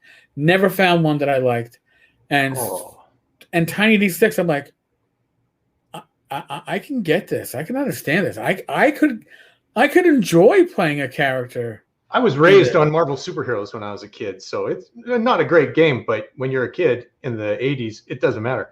Tiny Supers. No. These dice came with the Kickstarter for Tiny Supers. They are fantastic. They got little no's and pows and bams on them. I love these things. Yeah, I mean, to the point that they're on my desk. Alan did a great job with that, and I didn't really expect that much from Tiny D6. I was like, well, it's going to be like what's going to be like Open D6 or like mini Open D6. I mean, again, like the Open D6 is another system that once you understand the basic mechanics, the rules can kind of fall behind. That's the old classic Star Wars system that I grew up on. But Tiny D6, I was like, wow, I could see myself running this for my niece with my wife, and just and not have to spend a huge amount of time getting myself ready for it. I think my favorite of those would be the Mecha and Monsters, because everybody loves giant robots. But the artist, I don't know the artist's name that Alan got for that, but oh my God, it is a beautiful book. It is just fantastic. I don't have that one. I have Tiny Dungeon. I got the Tiny Supers book, and I backed the Tiny Cthulhu, or the Mythos, or whatever they called it. And I was like that would be awesome if you can play a horror RPG where character creation is quick and simple yet deep, then you're not too worried about your characters going insane or getting killed, because you can be right back into it. I Call of Cthulhu I used to run, but my players were always like, I have to put too much into creating a character that's only going to be viable for a single session, if that. I don't understand how people have Call of Cthulhu campaigns. I played a lot of Call of Cthulhu when I was a kid at conventions, and as I understand it, a game should end with one person still alive, crying and laughing, cradling the severed limb of another player, and that's it. That should be the only way. Pretty much. I mean, the closest thing, like my players would after I ran a couple of Call of Cthulhu's on, like, it was like a yearly Halloween thing. Then my players were like, I don't want to do Call of Cthulhu. I'm like, all right, well, we got Ravenloft now. I guess I could take the characters of Ravenloft, and that was like almost campy horror compared to Call of Cthulhu. Yep. It wasn't quite the same thing. I could never get into it. It was a little too blah for me. And I tried Chill, and Chill was like, well, Chill wasn't very chill. Is that the right way to say it? Let it go. I'm too old to know. That's fine. Yeah, it's okay. Not part of my vernacular these days anyway, and it wasn't part of my vernacular back then. So, all right, now we've covered our gaming past and your gaming past. So let's talk about your gaming present. Like, what are you playing these days? Well, these days, probably a year and a half ago, I guess, I saw on Shut Up and Sit Down, I saw Quinn's did a review of Blades in the Dark, which I had never heard of because I've kind of stepped out of gaming circles a little bit, and so I didn't have my finger on the pulse. And he, I don't know, something about his review. I share a lot of interest with him, clearly, and what he was saying just spoke to me. And this review came out almost at the same time as the local convention, where somebody was running Blades in the Dark in every slot. And so I just went to the convention, signed up for every slot of Blades in the Dark, and just played the absolute shit out of it, and loved it. It's a completely different system. It's very narrative based. Like, there's a lot on the GM's shoulders for sure. It's tricky to run, but I loved it, and I started running that. And then there's lots of Forged in the Dark different versions of it because it's open source. Right. And I started poking around with those, and I finally made one that you can't sell because it's based off being a Bronze Age comic book Marvel villains, like a group of loser villains in the 80s. Oh God, and I made it with Forged in the Dark for my friends, and we had so much fun with this. I mean, a lot of it was the immersion in that era when we were all comic book geeks and whatnot, and it's funny, and it was so good. And again, I mean, I've given parts of it away. I should put the rest of it in the Google Drive just to get it out there because it was so fun. But when right around that time, maybe a year before, I was reading Jack Campbell's. It's a science fiction series called The Lost Fleet, and it's about a fleet of kind of asshole captains lost way beyond enemy lines, and they're trying to make their way back home. And a lot of they've been fighting a war for 100 years, so a lot of military principles and honor and integrity have fallen by the wayside, and they do all of their decision making by council. And it's while I'm reading this, I'm like, this would make a fun game. But the problem is there would be an adversarial nature to it. And I don't know, if you're sitting down for a board game, you know what you're getting into. If it's not a cooperative game, you're there to backstab each other, win, and try to have as much fun as you can doing it. But when you come to a role-playing setting, I don't know if there's something about like your emotional investment in the story and your trust level that makes player versus player problematic often. Well, I think what it is, especially if you came from our generation of gaming, is that the person that wanted to play the evil assassin usually played them as a complete fucking asshole that was always out there to steal from everybody else or throw somebody. Oh, they've got a room full of giants. Close the door. All right, well then we'll loot the bodies afterwards. And so we all have stories when we were kids about somebody losing their shit at a game because something like that happened. And so for my group, we had Paranoia. Everyone, like once every 2 or 3 months, I pull out Paranoia for a session or two, allow them to get out their I want to fuck with my fellow friends stuff out of the way for a totally broken system. That was Paranoia First Edition, which was fantastically broken, but great. That was the one I played. I haven't played any of the other ones, and that was a major influence on the 13th Fleet. Major. Oh, you just made a sale by saying that. Holy crap! Well, but, even the art, Late Jim Mordred, like I sort of mimicked his style for a lot of the art in it as well. But the idea of that comedic adversarial nature is 100% the 13th Fleet for sure. Well, see, and that's the thing too. If you are going to do backstabbing, and I think that I had first edition, I had second edition Paranoia. I've looked at later editions. They kind of first was really good for it. Second wasn't as good, but still had some good adventures.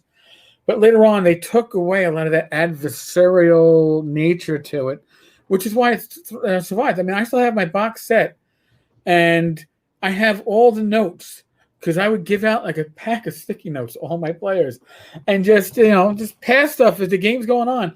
And I have them all in my box just as like a memento for the games where, and I'd have brothers screwing with their brother. Yeah. Real life brothers, because it was expected and in game. And I think part of it too is expectations. You come into an AD&D or Dungeons and Dragons game, and it is meant to be cooperative. And if somebody starts fucking with the other players, it is disruptive. Yep. But when a game like Paranoia, you come into it with the idea of, after the game is explained to you, it's like, oh, wait a second. We all have, we're all troubleshooters, which means we have to turn in traitors, but we are all traitors ourselves. And that's, oh, fuck. And that took some work, actually. Like when I was making 13th Fleet, I'm very conscious about it. Instead of having this is a role-playing game and this is what role-playing games are blurb at the beginning, the blurb is, this is sometimes adversarial. You got to be upfront about it. You got to lean into it. You got to have fun with it, because the thing with Blades in the Dark and its beauty is that it's so narrative, and so many of the consequences and so much of the fiction is at the whim of the GM, and that involves a lot of trust, and that had to get broken down.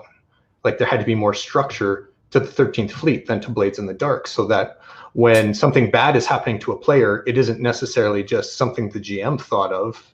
It's a set consequence that the GM's adding flavor to. And there's a setting. I mean, the captains, when things go bad, they get stress and it wears them down. And the only way for them to relieve their stress is a phase built into the game where they actually have to backstab each other and cause each other problems. And that being an actual phase of the game, everybody's like they all sort of have a comedic name or description to them, and then the players will take it and run with it. And I think it helps make this environment that, although the comedic stuff like Paranoia and like this, it takes players out of the emotional investment that a lot of serious games would, it's still a really group joined fun experience that once everybody realizes that level of comedy and backstabbing, and they have to work together to get through this campaign alive, but at the same time they can't help themselves but backstab each other along the way. Right. It's kind of like I'm going to survive, even if it means pushing, stepping on top of, and pushing everybody behind me. Yeah. You know, and that is very much in the mindset of Paranoia. I mean, my players never came out of that with a bad thing. They would be thrilled that they survived. Maybe they lost a handful of clones, but they were thrilled they survived to the end, and it wasn't like, oh well, so and so, killed, Red Box 7. No, yeah. Nobody cared, man. At the end, and I missed that aspect because the captains have a longevity to them. But there's another phase in the game when they go to each system, each enemy system that they're jumping through to try to get home. They have options at these systems to go to the planet. There will be 2 missions that they choose from, and the captains don't go down to the planet. They send their red shirts that are highly expendable and die very easily. And so that's the whole Paranoia clone aspect, where just another one comes up afterwards. And that's been a lot of fun too, because those red shirts, they're made of paper. They're crying like Hudson the whole way through, for sure. They're gonna get me, man. They're coming, man. Oh god, Game over. Game over, dude. Game over. Aliens. Oh man, that was a big quote at my game table too. That was Alien and Aliens were the go-to movies. I think they were probably the first ones any of us owned on VHS. My God, now I'm really dating myself. Holy no, shit. Those were fantastic movies. I can remember walking home from the theater thinking, wow, it's pretty dark out. You wouldn't want one of those face huggers coming out of you, would exactly. You? No, and again, that was something like Aliens. That plays into a role-playing, like a young kid going to see Aliens. You can see characters, you can see plots. It's all part of the same storytelling development that comes part and parcel with all of this. So yeah, so it's obviously Bill Paxton's lines are gonna be heard all the time forever, just because of those characters. Somebody wake up, there's tons of lines. Well, even TSR tried to cash in on that back with the Bug Hunters for Amazing Engine. It's like, hey, let's publish a new role-playing system right before we're gonna get bought out because we're broke. Yeah. Oops. There you go. I think I owned all that stuff, and that's not. I'm not proud saying that, but there were some good concepts that just had bad rules behind it. But now, is this your first venture into self-publishing? I've self-published a couple like young adult novels just because I was interested. Like, I live in the middle of Manitoba in Canada. It's not like a creative hub or anything like that. There's some people doing that sort of thing. And I'm not very connected. So maybe 10 or so years ago, I just wanted to write stories like people do. So I I shopped them around for a bit, but not to the million publishers you're supposed to, and then just self-published them. And that was it. I did a couple and made enough money to break even and went, cool, now it's family time. Right. Don't take too much more time away from that. But this is my first, I mean, over 40 years. Yeah, I've been making rule systems left and right since I was a kid, but this is the first one that, I mean, the Marvel one was so much fun. And then when I started making this, I thought, man, I should really write this up. And then I found out about ZineQuest. And I thought, fantastic. Now the 13th Fleet is a little big for ZineQuest, because although the rules are very simple, I put an entire campaign in there, like a replayable campaign about that structure that I was talking about, so that nobody, and so it's not like a 12 or 20 page zine that's fluff and cool and on to the next one. This thing will be 50 or 60 pages. So, but it just came at right around the same time. And it's the amount of investment that I could give as well. I mean, to do a proper soft cover role-playing game and going through publication and all that kind of stuff, that's more time than I have right now. ZineQuest was just the sweet spot of what I could do and what I could give. So I'm pretty happy with it. Well, and that and ZineQuest, I mean, I've been following ZineQuest, I guess, what is now? This is the third year it's in.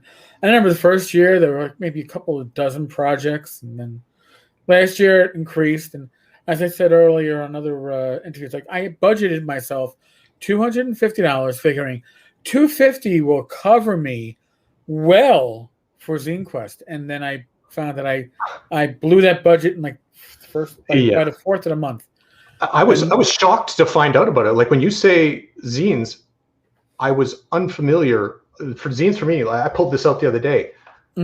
Kobolds ate my baby. That's what I think of when you say zines. That's the only one I've got. But it's all over. I mean, it's gone through punk phases and now it's just widespread for sure. You can find a little bit of everything in there. Oh God, yeah, and I mean, I've been following zines in the hobby. Probably the earliest one really was when I wasn't gaming. This goes back to the turn of the century. I think Iron Rations, Christian Walker. Christian still puts out occasionally he'll come back out and he'll put out like a one-page or a single sheet zine to people that have been following his stuff for years, but. Iron Rations was probably 16 to 20 pages. It went off like 100 issues. And, I mean, it was... when you had very little in the way of gaming in your life, to get something that was small press, mailed to your house, that was about different gaming systems. Because at that time, too, by 2000, everything was a house organ.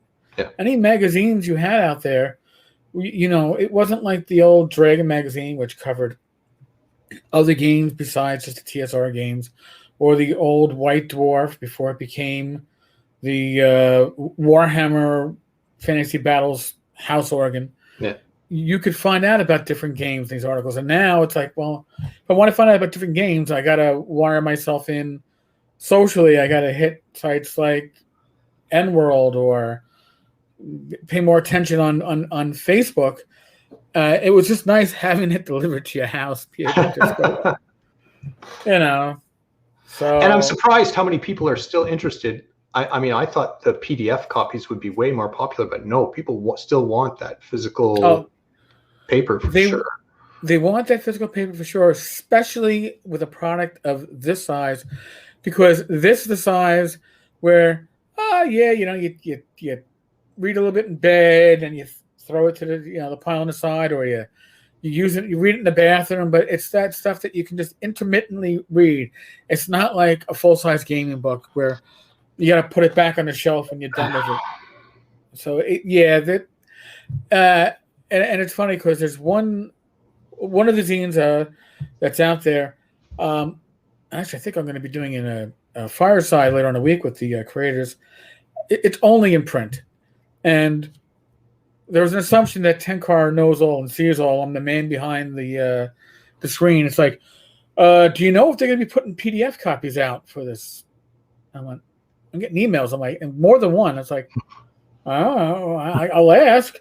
But there are some people that are creators that don't want to put out PDF copies, not because, oh my God, PDFs can be stolen. Nobody gives a. If you're in this hobby and you're worried about your stuff being stolen, you're in the wrong hobby. They're purists. That's what they are. Yeah, right. They're purists. It's like I came in, it was only printed material, and that's what I want to put out. But if you're producing something in the States and people in Europe want it, or the UK or Australia, it is damn expensive to mail anything to that. So this is a project that's available only in the States. Twice as expensive up here, I assure you. Yeah, I mean, Canada Post is debilitating. Yeah, shipping is ridiculously expensive, but at least with Canada Post, if I mail something to you, it doesn't have to go through customs, or have a VAT put on it. North America's fine. You go international and okay. Oh yeah. So I was like, I understand why maybe you don't want to put out a PDF, but at the same time, it's like, dude, then just put out a PDF that says it's only available to folks outside of the States, with the implicit instructions that they should print out a copy for themselves. I mean, I don't know. It was their it's their choice. If they're a purist, if you believe in it, then that's cool. I mean, it's. I'm always of the type that you want to get your work into the hands of people that want it, and if they're out in Europe and they can't get it delivered because you're only shipping to the States, then I think PDF is an option. I 100% agree with you. We're back to that spectrum. It's not just crunch versus narrative. It's how you feel about gaming and that sort of thing. It's funny, like with Frog God Games. For the longest time, Frog God would not do anything that was print on demand, and shipping to Europe, their books were expensive to ship. They're expensive to ship within the States. They're huge, solid books. And Bill Webb's taken some of his products out on his farm. He has a shooting range on his farm, and he's put bullets into these books that haven't gone through them. So those are decently thick books. And now Frog God is for overseas, has made deals with some print-on-demand houses to do limited print-on-demand for certain titles in Europe or in Australia, New Zealand, because it's more cost-effective for the people that are fans of Frog God and are willing to take a cut in the quality of the product they're going to get to save, the price of shipping, which could be as much or more than the product they're going to order. Yep. So, no, I'm talking about it. I'm like, oh, this sounds like a sales pitch now, but I mean, I understand just the physical aspect, but I mean, we've been playing on Roll20 when we were playtesting this for the last months and months. And although there's charts in the book for consequences and for the backstabbing and whatnot, right? I made cards, like digital cards to use in the game, and they were a lot of fun. And so I felt like I would be remiss unless I didn't have a digital aspect where you could either, like I've got the ones with the space background for playing on Roll20 or whatever as PNGs, but I also made versions that had white backgrounds, so they would be more printer friendly, that you could actually print these things off. And so I don't know, every game is different. So if it was all contained within the cover, then I'd be a physical copy only. All right, maybe, but something like this, that like you were talking about, getting it out there and playing it different ways, then I definitely want some digital material to go out as well. So yeah, and I think digital material it's important. I mean, I'm so that with Swordsman's Relight, Frog God will mail out physical copies for free within the United States. But for a while, I was helping, just out of my affiliate monies, I was helping supplement mailings outside the States. And they'd be like, yeah, we're mailing a 4-page is literally just a sheet folded. So 2 sheets of thin cardboard to Europe, and it was like, all right, so my share of the shipping is $4.25 if I'm paying half.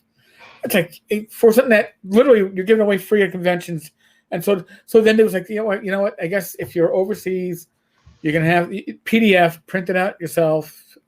I don't think that anybody has a problem if you want to make copies of that for yourself. I know that Swords and Wizardry Continualite, there's a Portuguese version that's distributed for free. I have told I've had questions for a German version of the rules, Portuguese, and I think French.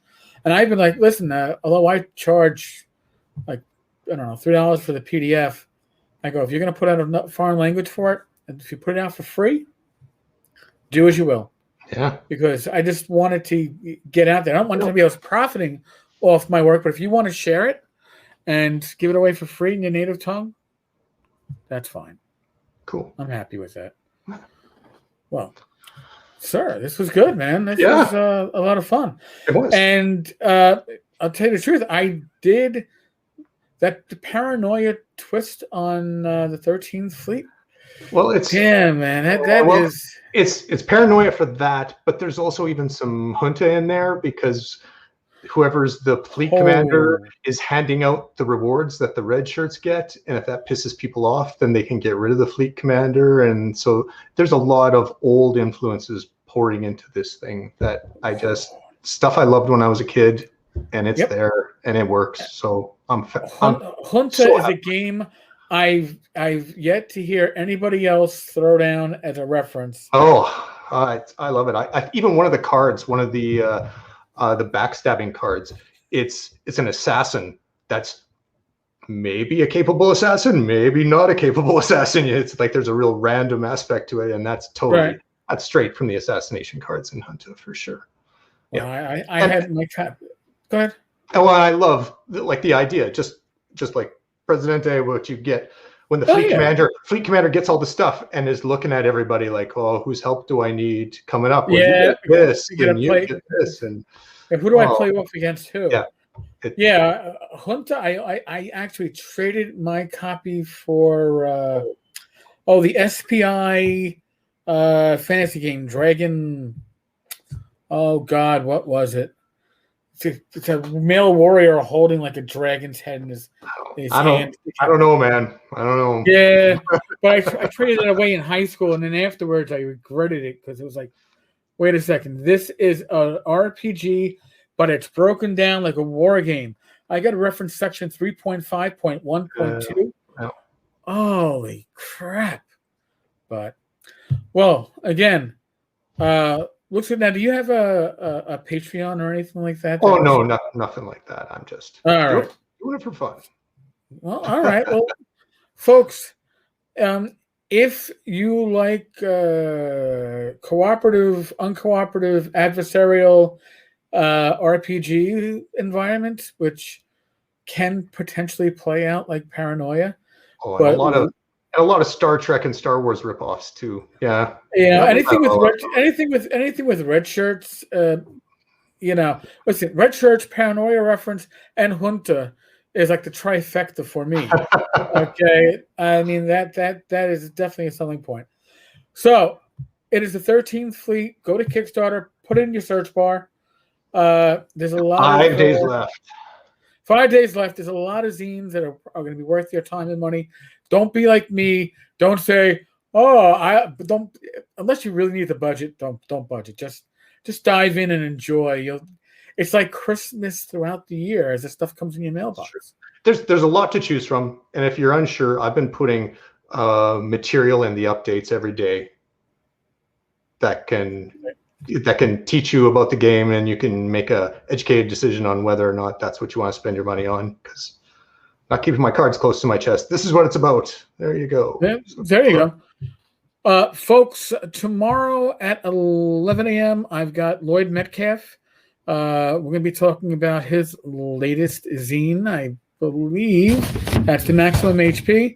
Tomorrow night, talking Crit with Ben, Mike, and myself. We've got Casey Christopherson and his daughter, Catpocalypse. And then 2 more on Thursday, 1 more on Friday, 1 more on Saturday, and and whatever else the month brings us. Again, thank you. And Thanks, again, Eric. Nathan, thank you, man. I really do appreciate it. Cool. All right. On that note, we are going to be out of here whenever. Folks, thank you so much. Like I said earlier, this wouldn't be possible without you, the listeners, the listening audience. I really am ever in your debt. So, we are still in the midst of the world of the pandemic. Use your common sense. Be safe. Be well. God bless you all. Roll your dice and roll them well. And I will talk with you all tomorrow. I'll be back at 11 a.m. Lloyd Metcalf over on youtube.com/Eric10car, and then Talking Crit tomorrow night, 8 p.m. with Bad Mike Battalato and Casey Christopherson and Casey's daughter. So it's going to be an intro. She's old enough. I'll still be the potty mouth that I usually am. All right, folks. Knock on wood. Manyanis.